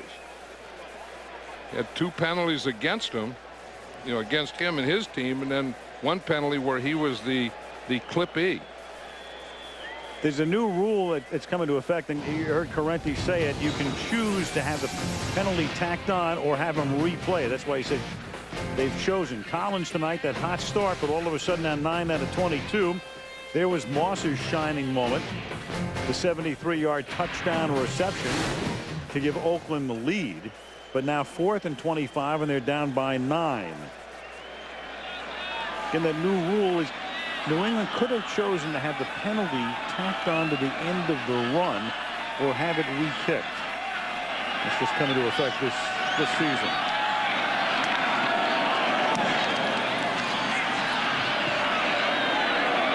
Here's White. He's going to let it bounce. And the Raiders wind up getting a favor from New England. They should have took the penalty at the end of the run. They certainly should have. I told them. Shoulda, coulda, woulda. Yeah, I don't know what they're thinking.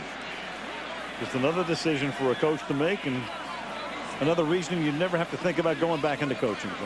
Right. Now, I would like to be able to make decisions when I coach like this guy makes when he coaches. Speaking of coaches, Norv Turner, another of the offensive minds.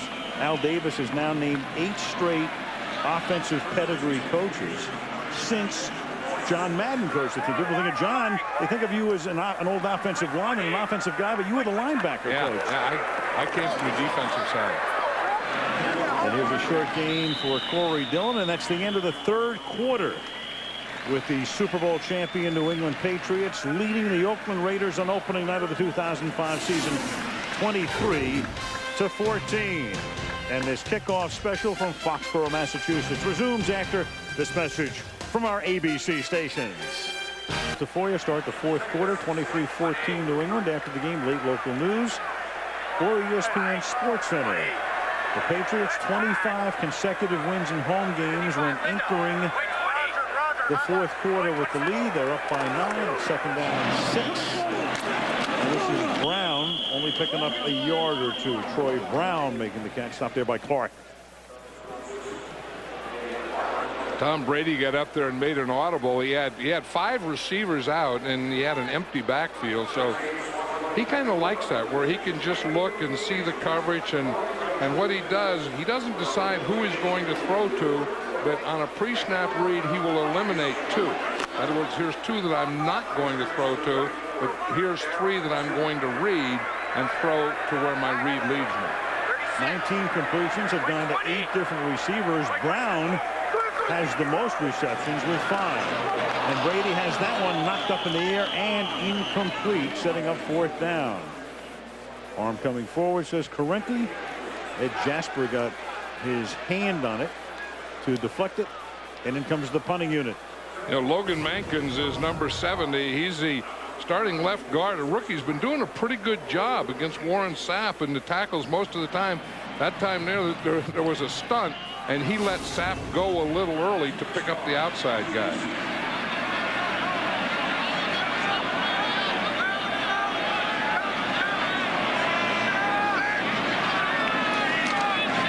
Josh Miller with his 6th punt of the game, and this is not a very pretty one.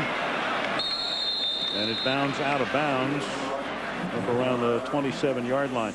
You know, you take a look at these 2 coaches, it's pretty interesting. Belichick and Turner. They each won 2 Super Bowls as assistants. Bill with New York, Turner in Dallas with Jimmy Johnson. They had their first head coaching job, Belichick with Cleveland, Turner with Washington. And their regular season records were about the same. Each got to the playoff once, won their first game but lost their second. Then they went back to assistant jobs. Belichick for 4 years, Turner for 3. In their first season with their second job, they each were 5-11. They finished last in their division, but that's where they separate. From that point on, you've got Belichick winning 3 Super Bowls, and we'll see about Turner in the future, but that's exactly where he is now, as there's a flag thrown, and the pass is caught here by Alvis Whitted. But their careers with a remarkable parallel up until recent years. Yeah, and then it's to be determined. I mean, from that point on, that's where Bill Belichick went on to become one of the great coaches of all time. And then it's to be determined where Norv Turner's going to go. Personal foul, grabbing the face mask, offense number 67. This penalty be assessed half the distance to the goal. Repeat, first down. Ron Stone. 45-year history of the Raiders. They've led the league in penalties 14 times. We said last year they averaged a little more than 8 penalties a game. Tonight already 10 penalties in 3 quarters plus 57 seconds. Well, you know, in the old days when you could throw like a 15-yard out to Fred Biletnikoff or a 20-yard in to Cliff Branch, if you got a penalty like that, they wouldn't kill you. Today they can't do those kinds of things, and there's Fred Biletnikoff right there talking about throwing an out or an in or a comeback. One of the all-time greats. 5 receivers coach under several regimes in recent years. Well, you talk about a guy that had moves and hands. That's Fred Biletnikoff.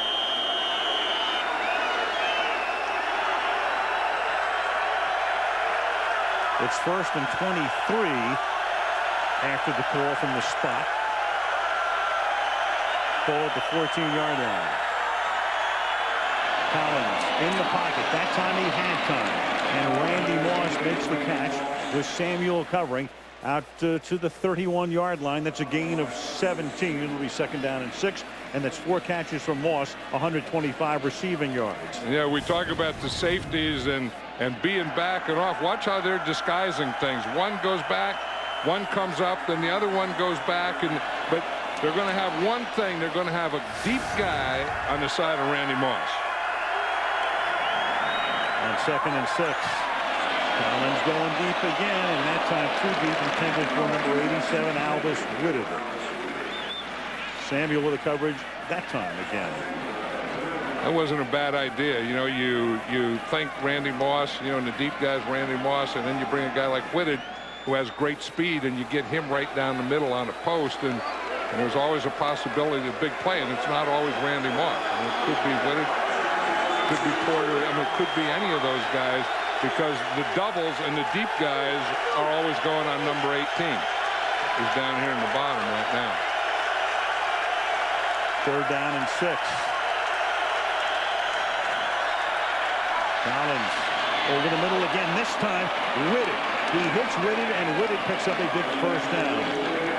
At the New England 46-yard line, that's a 22-yard gain. Yeah, we talk about Randy Moss and how he can affect other things. Watch him. He's going to come across here, and he's going to come across short. And they're going to come up on him, and then they get right in behind him. You see, now he comes across. Now watch the crowd underneath there. See that he draws, and then they can come right in behind where Randy Moss is short and hit the pass on that next level. That inside Randall Gay after Scott was covering Moss underneath. First down at the 46-yard line. 12.5 to go, and Collins has to burn a timeout here. 12:27 remaining in regulation, with New England up by 9 on opening night. Gillette Stadium, Foxborough, Mass. And why is it so worn in the middle of the field? Well, they play what, soccer here. Yep, concerts. Use it for a lot of stuff. But all the way down the field between the hash marks seem to be worn. From the 46. Collins going deep, but the coverage is there as Harrison is back there covering Whitted. And Kerry Collins is getting a rhythm now. I mean, that one there, he was trying to go deep, but he did have the pass protection. He did have the time. He just didn't have anyone open. Now, the Raiders have to think here. This isn't 4 down here. I mean, what they have to do is get a couple of first downs, because knowing that they need 2 scores, they need a field goal and a touchdown, they can come in any order. You don't have to have a touchdown first. You can get a field goal and then get your touchdown, or get your touchdown and then get your field goal. Just get on the board here to make it a 1-possession game. 2nd down and 10. Collins stepping up, swings it to the outside, and it's Scott who got there as the ball and Moss were converging. And he gets on that out, and he was there up against the sidelines, but this is a guy who has a great catching radius. That's what Norv Turner was talking about with him. You can throw the ball anywhere, and I think that gives Kerry Collins some confidence. I mean, that was good coverage and it was incomplete, but his catching radius is so big that if you get it anywhere near him, he'll come up with it most of the time. Chad Scott, last 8 seasons with the Steelers. First year with New England. 3rd down and 10. Collins, and nobody's there. Whitted is the closest guy, but Scott covered him. Was backed up by his safety, and it's 4th down, and you've got a penalty marker back at the line of scrimmage. Yeah, that's when you can play man under. They rushed 3 and had 8 in coverage. Offense, number 76. This penalty is declined. The result of the play, 4th down. It was that right tackle, that young right tackle that I was talking about, Robert Gallery. You see what happens? He gets up too high, and Willie McGinnis gets right underneath him and knocks his shoulder pads up in the air, and the only thing Gallery could do is grab him. So the field goal and the touchdown are out on this drive. Still a 2-possession game. Shane Lecker the punt. Troy Brown pulling for the fair catch. And another flag at the line of scrimmage. Well, there's been a flag on most kicking plays tonight, hasn't there? Yeah, a ton of them. 16 accepted penalties in the game, 10 against Oakland. You know, both of these teams have kept a lot of players to improve their special teams. The Raiders, I was talking to them last night, and they did just for special teams. Illegal motion, offense number 86, moving toward the line of scrimmage at the snap. New England has chosen to accept this penalty at the end of the kick. 5 yards. 1st down. That's what we talked about before. Either re-kick it or take it at the end of the kick. They'll take the football with 12:03 left in the 4th quarter. 23-14 Patriots. 49 yards per play, 5.8 for both teams. Time of possession about even. First downs are even at 13 apiece. But the difference, the turnover and a missed field goal. Here's Corey Dillon shaking off a tackle and trying to get the first down. And John, it always comes back to the turnover, the Collins turnover, the Janikowski field goal. There was a missed extra point in there as well, and that's the 9-point difference in the game. Yeah, another play like a holding penalty that stops a drive. It's those kinds of things. You know, you look and you try and say, you know, how's this game going to go? And you have the offense against the defense against the offense, and all those things. But where do you put turnovers? And, you know, you can't say, well, if we don't turn over, or if we get 3 turnovers, we'll win. Well, of course you'll win if you get 3 turnovers. The coaches are always stressing it.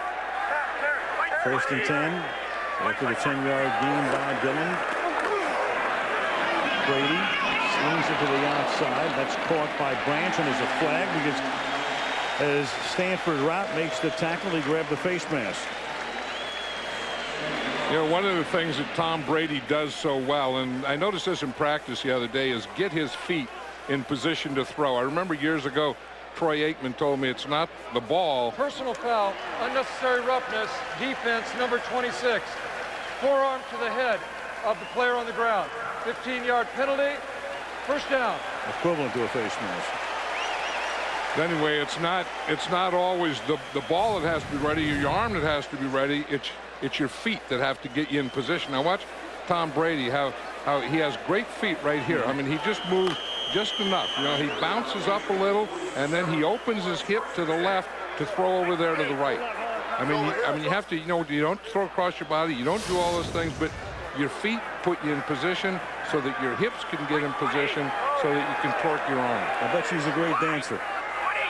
He's a great jump roper. You know, Michelle was talking about him starting in the 4th grade, and to this day, he still jumps rope to make his feet quicker. Pays off from the 48-yard line. Brown catches it. Short game. Meanwhile, the Raiders have now been assessed 12 penalties for 103 total yards. 2 years ago, they had 17 penalties in their opening game. Led the league, as I said before, last year in penalties. Yeah, and Rout that got that last penalty, he's one of those speed guys that we talked about. He was the 2nd-round draft choice of the Raiders this year, and they like what he's doing, and he's been playing in there on nickel. Now the Raiders have played nickel defense most of this second half. 2nd and 7. They fake the end around to Dwight. Send it out here to Corey Dillon with a lot of room to roam. Tightropes the sideline, out of bounds at about the 26-yard line.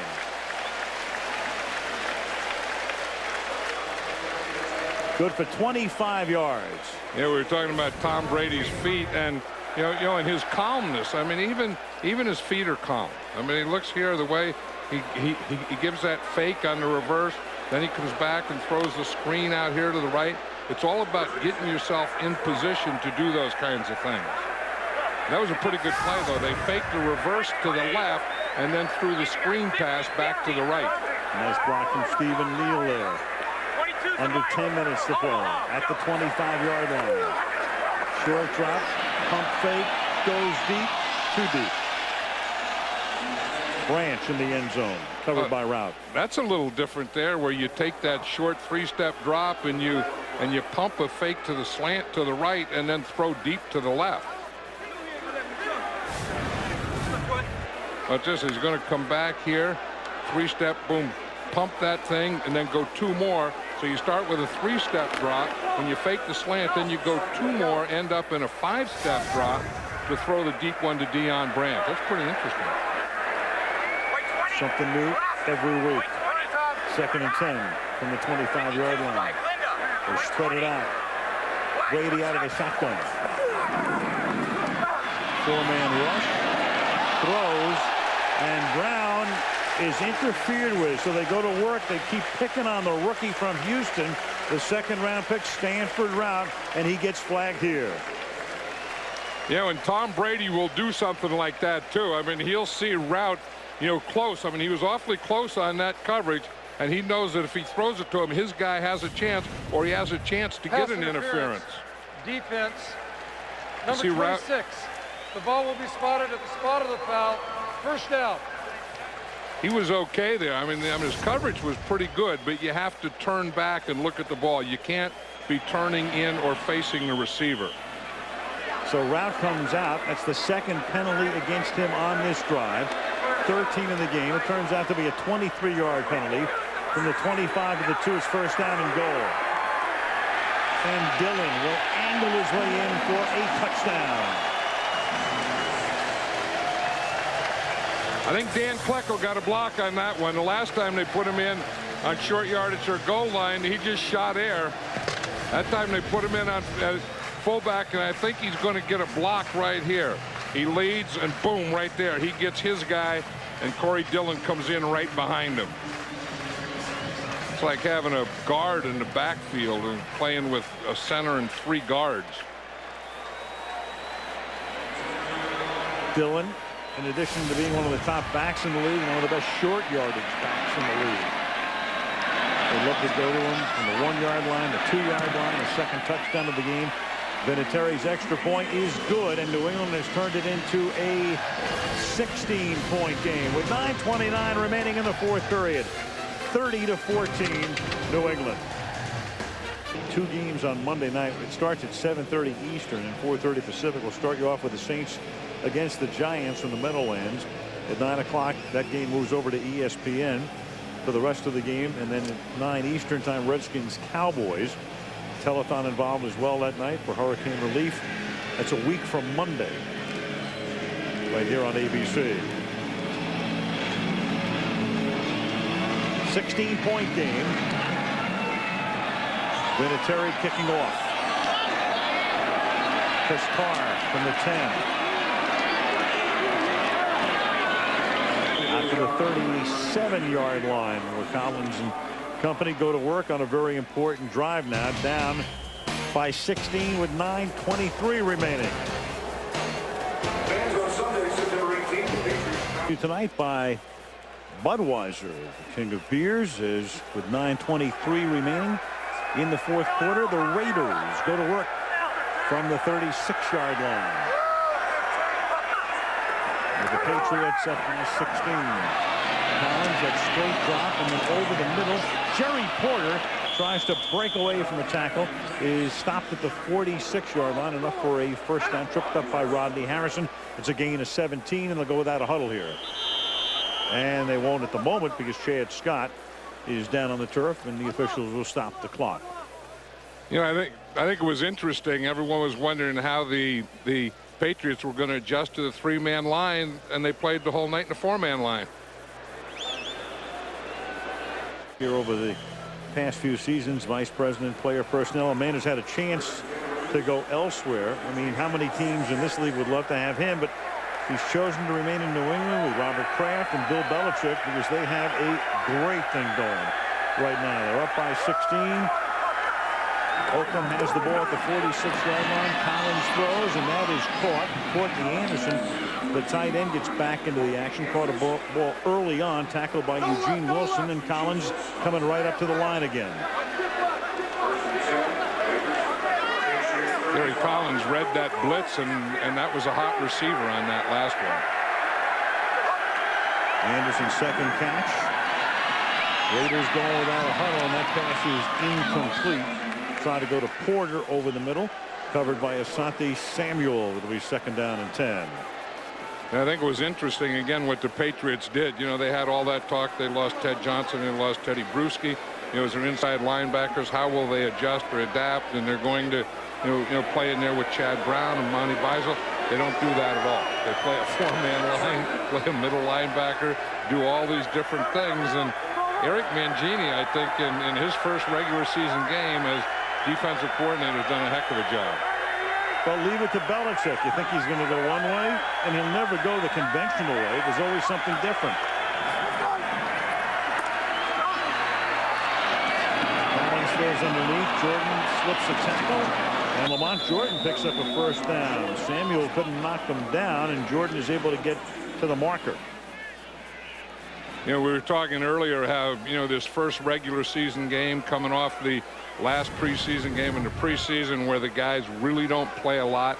I think in the fourth quarter is when you start to see guys wear down, you know, and do things like this. I mean, sloppy tackling, you know, not being able to get there, those kinds of things, because they're really not in shape to go 4 quarters in this first game. First and 10 at the 21-yard line. Under 8 minutes to play in the fourth period. Collins going for 6 for Moss, but he's covered in the back of the end zone by Randall Gay. Second down. Yeah, Collins didn't have a chance on that one because he had the safety in the inside, and Randall Gay, because he knew that he had inside help. Here we got here, and because Randall Gay knows that he has inside help, he just stays outside. And if Moss starts to go inside, Gay doesn't go with him at all. Gay just runs to that second pylon. So there's no way he's going to get the post because he had the safety in there, and there's no way he's going to get the corner because Randall Gay was just sitting out there. Second down and 10. 3-man rush. And they're still able to get a little pressure on him, and the pass is incomplete.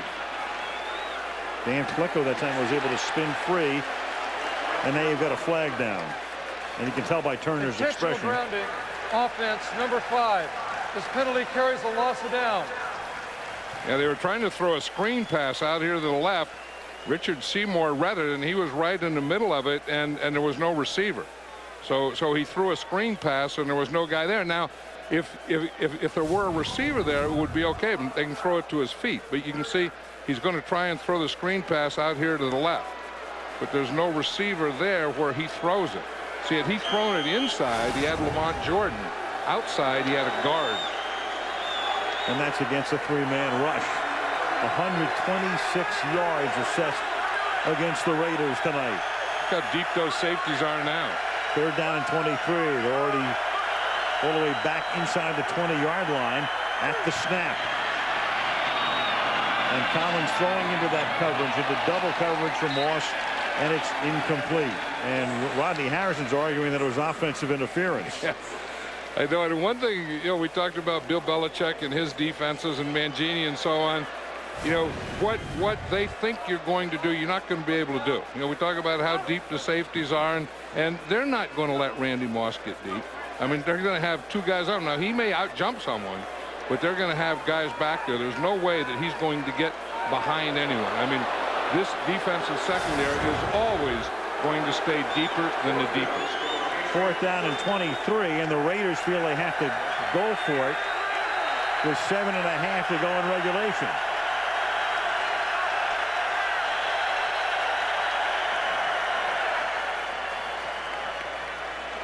Game. Offense, 5-yard penalty, remains 4th down. That'll make it 4th and 28. You wonder why you couldn't get the play in there. Yeah. Because there was, I mean, they just came up and just took way too much time. And now they'll bring Leckler in. I'll tell you, one of the things that the Patriots wanted to do, and I don't think they did in the first half, was throw Kerry Collins' rhythm off, but I sure think they did it in the second half. No doubt. I mean, he got off to such a hot start tonight, and now he's 14 out of 35. Even Randy Moss, he caught 2 passes for 102 yards in the first half and 2 passes for 24 yards in the second half. Leckler has it down at the 11-yard line. New England will work on the clock now, up by 16. This NFL kickoff special being brought to you by Honda, introducing the half-ton Ridge line above, but the Patriots are winning tonight. I'll tell you, this place was rocking tonight, wasn't it? I mean, the traffic coming in here, they had the deal before the concert before the game. Bob Kraft introduced the team. There was a lot of excitement here about 8 o'clock. Oh, yeah. Here's Dylan. If you haven't been to this stadium, it's so bizarre because, I mean, normally you can see the stadium from a freeway or a major highway, but there are a lot of ways to get in here. You kind of come in through back roads, and, you know, you go through very nice neighborhoods, and it's New England, and it's you know, the onset of fall, and then all of a sudden out of nowhere up pops a stadium. What? What is that? And probably the only way you can get a picture of it the way we are is from the airplane. Yeah, exactly. But it's not the skyline of anything else. It's so strange. I mean, you have these, you know, homes and some commercial businesses, and all of a sudden, it's like a field of dreams. Up pops the stadium. Up pops the stadium.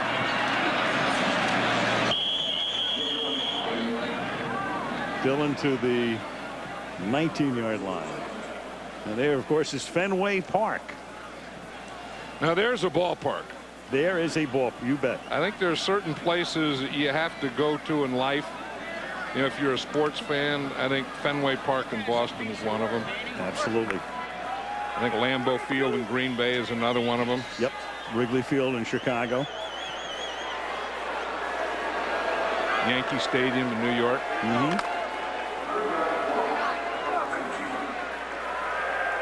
This is something there. This is a short yardage again, so Dan Klecko's in there at fullback. And Dillon can take a couple of more minutes off the clock if he got to that line, and he appears to have done so. That'll be a first down. Let's go to Michelle. Hey, Alan, John, you guys both know this season is leading up to Super Bowl 40, and the three of us will be in Detroit in February to cover that game. We always hear about players wanting the ring, and it may be the Super Bowl ring that has undergone the most change over the last 40 years. Take a look at the ring for Super Bowl I for the Packers in 1967. One diamond. The NFL tells us it was valued at $750. Now, fast forward to last, Super Bowl 39. And the rings Bob Kraft presented to the Patriots this summer, 124 diamonds, totaling 4.49 carats, valued well over $20,000, we're told.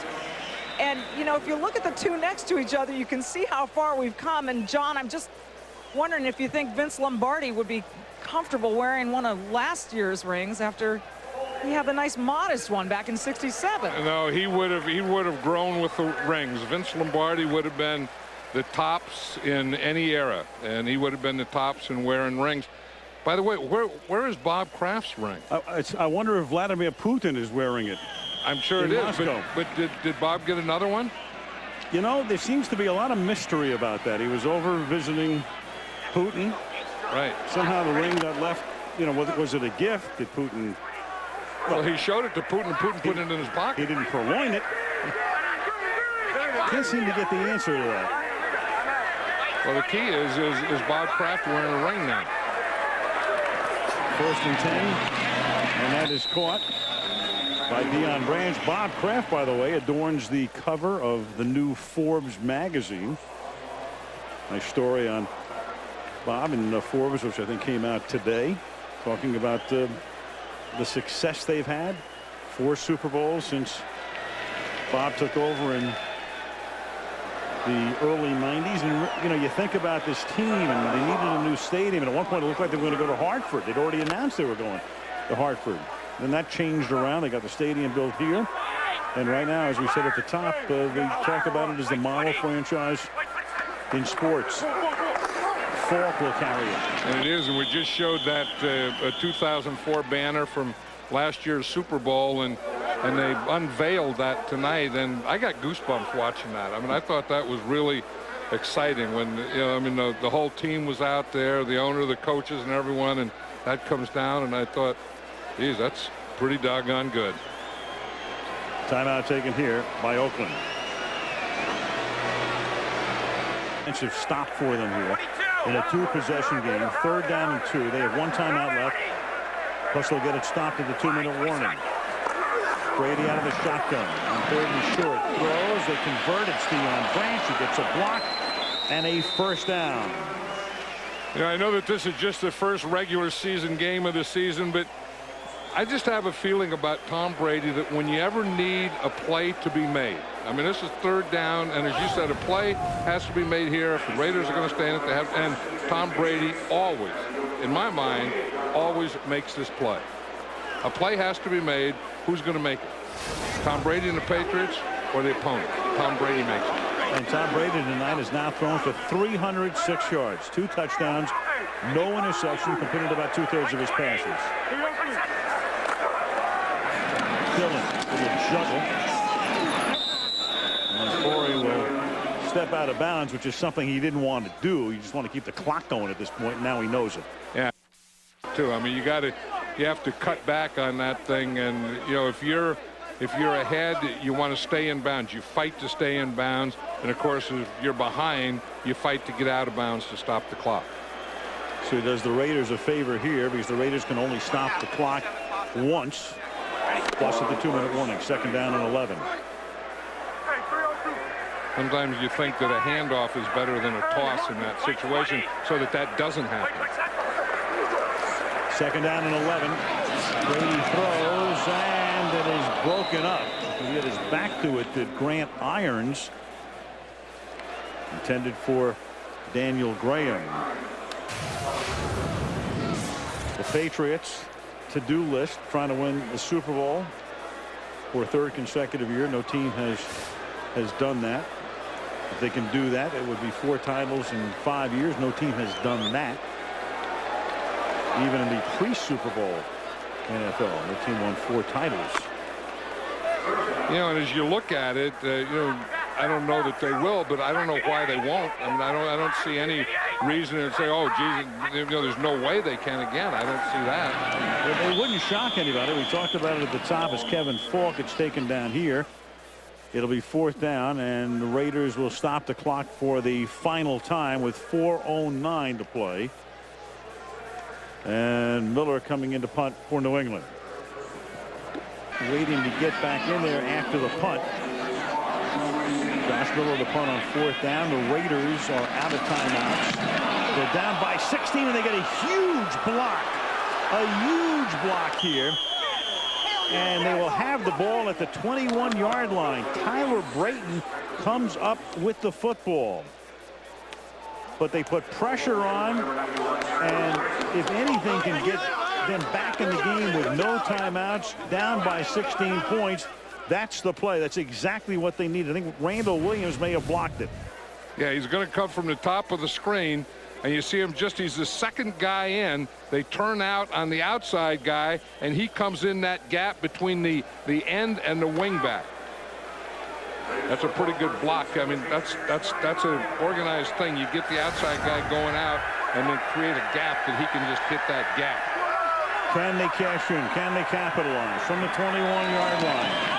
It's thrown to Moss, and there's a flag down. Randy got wrapped up by Asante Samuel before the ball got there.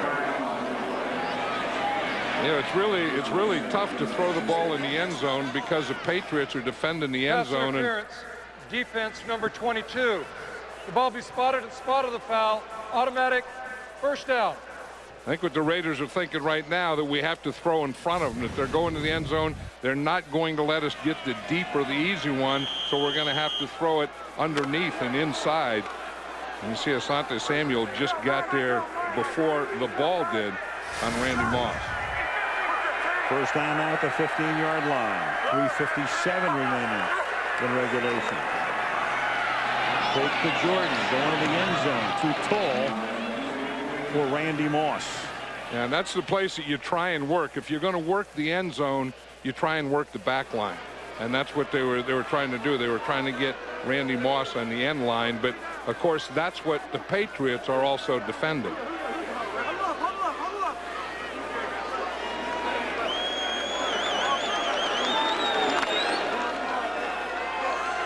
You know, you think that someplace with all this double coverage on Randy Moss, he's out here in the left now, down here at the bottom, and you see all the double on him, that there has to be something to some of these other receivers. 2nd and 10. Throws it out toward the sideline. Caught here by Alvis Whitted. And he didn't get out of bounds. Couldn't get out of bounds. Randall Gay makes the tackle. Clock keeps ticking. The Raiders, you know, we were talking about, you know, staying inbounds. When you have the lead, you have to get out of bounds to stop the clock when you're behind. 3:25 remaining. Raiders need 2 touchdowns. A recovered onside kick and 2 two-point conversions. To the outside to Moss, and he steps out after picking up the 1st down. It'll be 1st and goal at the 4-yard line with 3:14 remaining. And the crowd gets a little nervous. Well, they do, and they get a little quiet, and one of the reasons they're quiet, about half the crowd has left, and then the ones that are here are nervous to see if there's anything the Raiders can do here. And this is tough from the 4-yard line. You know, when you need 2 scores and time is running out, because you take away the run and you take away the play-action pass, and all they have to do is defend the drop-back pass. First and goal from the 4. Swing it out to Jordan.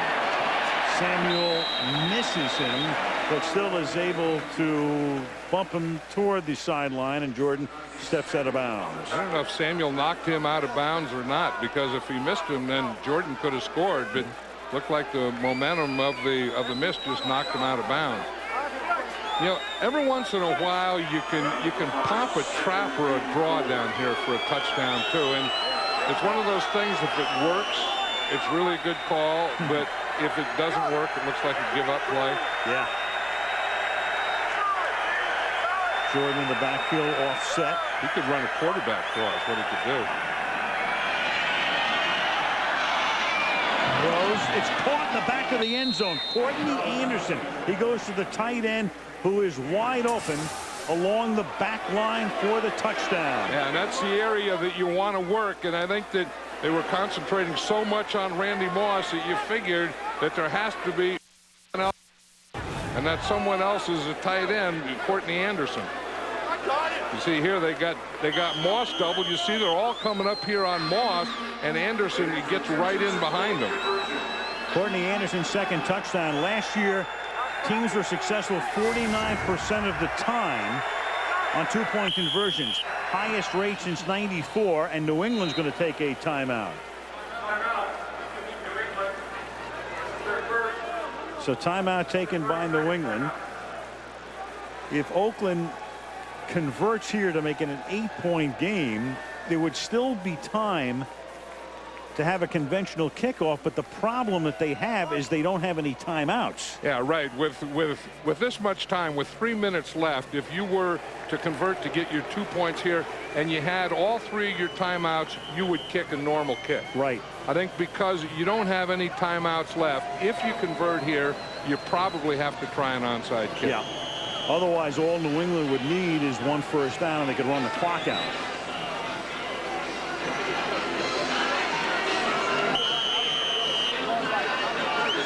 So the 2-point conversion with a score 30-20. Cashing in on the block punt. Now trying to make it a 1-possession game. And Collins, fade, Moss, penalty. Samuel covering him, and Randy's able to draw the flag. Now that would put the ball on the 1-yard line. Penalty in the end zone would put the ball on the 1-yard line.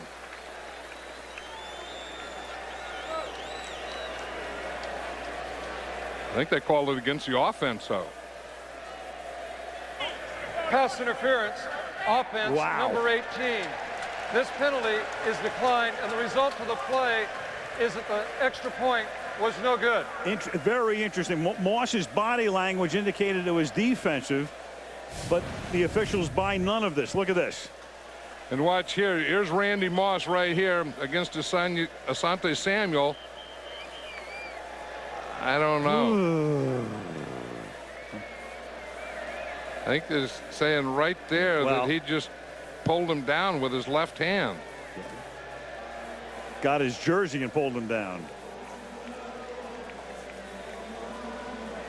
Yeah, at first it looked a little more incidental, but this is pretty clear here. He Yeah, was pulling him down. Yep. And he didn't go for the ball. He just tried to pull Asante Samuel down. Samuel almost caught the ball. Yeah, but there's no upside to an interception there. At that point, if you're a defensive back, just break the play up, period. I think being one-on-one on Randy Moss out there in that situation, he's very, very happy with the result of that play. Oh yeah, because it makes it's still a 2-possession game. Clearly compelled now for an onside kick. You can see it's probably going to go to this side. Here's the onside prevent. Here's the Raiders cover guys over here. on anticipated onside kicks. Last year, 50% of the time, the kicking team recovered. And he tried to kangaroo it, and it goes out of bounds.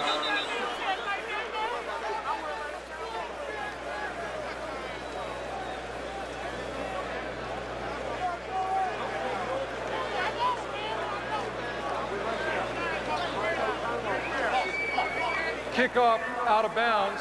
By rule, the ball will be put in play at the spot where it went out of bounds. New England's ball, first down. So Janikowski turning it over in effect as they don't even have the opportunity to recover the onside kick. And Monday night we go to Atlanta, where it's Philadelphia opening up its season against the Falcons at 9 Eastern and 6 Pacific. Right here on ABC. That'll be a good one. I'm going to leave right after this one and start down there tonight. Head south. From the 48-yard line now. The only time the clock will stop is at the 2-minute warning, and Corey Dillon plugs ahead to the 45-yard line. It's too late now for the Raiders, but they're not doing some of the things that you have to do when you're behind. And I don't know that the word is urgency, but you have to go for the ball. You have to try and knock the ball out of there. You have to try and strip it. You have to do those things, and it doesn't look like they've been doing it. Good start for Oakland tonight, but they're going to fly home 0-1 and get ready to meet Kansas City a week from Sunday. New England a week from Sunday will go to Carolina. And Dillon will take that to the 35-yard line and take us to the 2-minute warning, and they can run the clock out from there. Yeah, this is about as tough of an opener as you can have. The Raiders having to come all the way across the country and play the world champions on opening night. 2-minute warning in Foxborough. New England 30, Oakland 20. Opening night of the 2005 NFL season. That this is where the Patriots took over and just took the game and won it from this point on. Yeah, because it was 17-14 at that point. They went in and scored, and that made it a 9-point game. And then Oakland had to play catch up the rest of the way. I know it's hard for a lot of people to pick a nose tackle over a quarterback. That would be my popular choice. So what do you think? Well, what do you want to do here? I'm just, Green and Seymour were big guys in on that play too, creating the opportunity for Wilfork. If I get Wilfork, then you can have whatever else you want. Well, let's go with Wilfork. Then what do you think? Yeah, no, I'm happy with that. I mean, the big old nose tackle, plugging up the middle all night, playing a 4-man line when you thought it was going to be a 3-man line. You need a play from your defense, and these guys don't have great ball skills. When you grow that big, you're not going to have great ball skills, but he showed some pretty good ball skills on that play. Well, they are a team. They talk about being a team, and Brady's been on the horse trailer a number of times. Yeah, that's what I was thinking. Through the years. So spread the wealth. What do you think? 4 times Brady's been on the horse trailer. Yeah, we've been hauling Brady around for years. You talk about hauling somebody around. Well, yeah, that's why you need a horse trailer. You need a truck. I mean, put someone on there that you need that truck to haul. So Wilfork's our man. Good.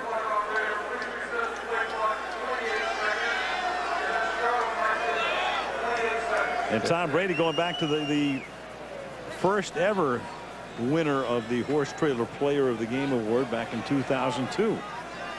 Yeah, and that would be an easy one, to say Tom Brady. I mean, and Tom Brady is such a great quarterback, and he's a hard worker. I mean, he's all the things you want on a team player and everything you want. I mean, he would be the guy that could be the player of the game every game the Patriots play in. And that will write an official finish to this. Wilfork was a track star at Miami. Shot putter, that would figure. Yeah, when you said track star, he would have to be a shot putter or discus thrower. Right. Hammer thrower.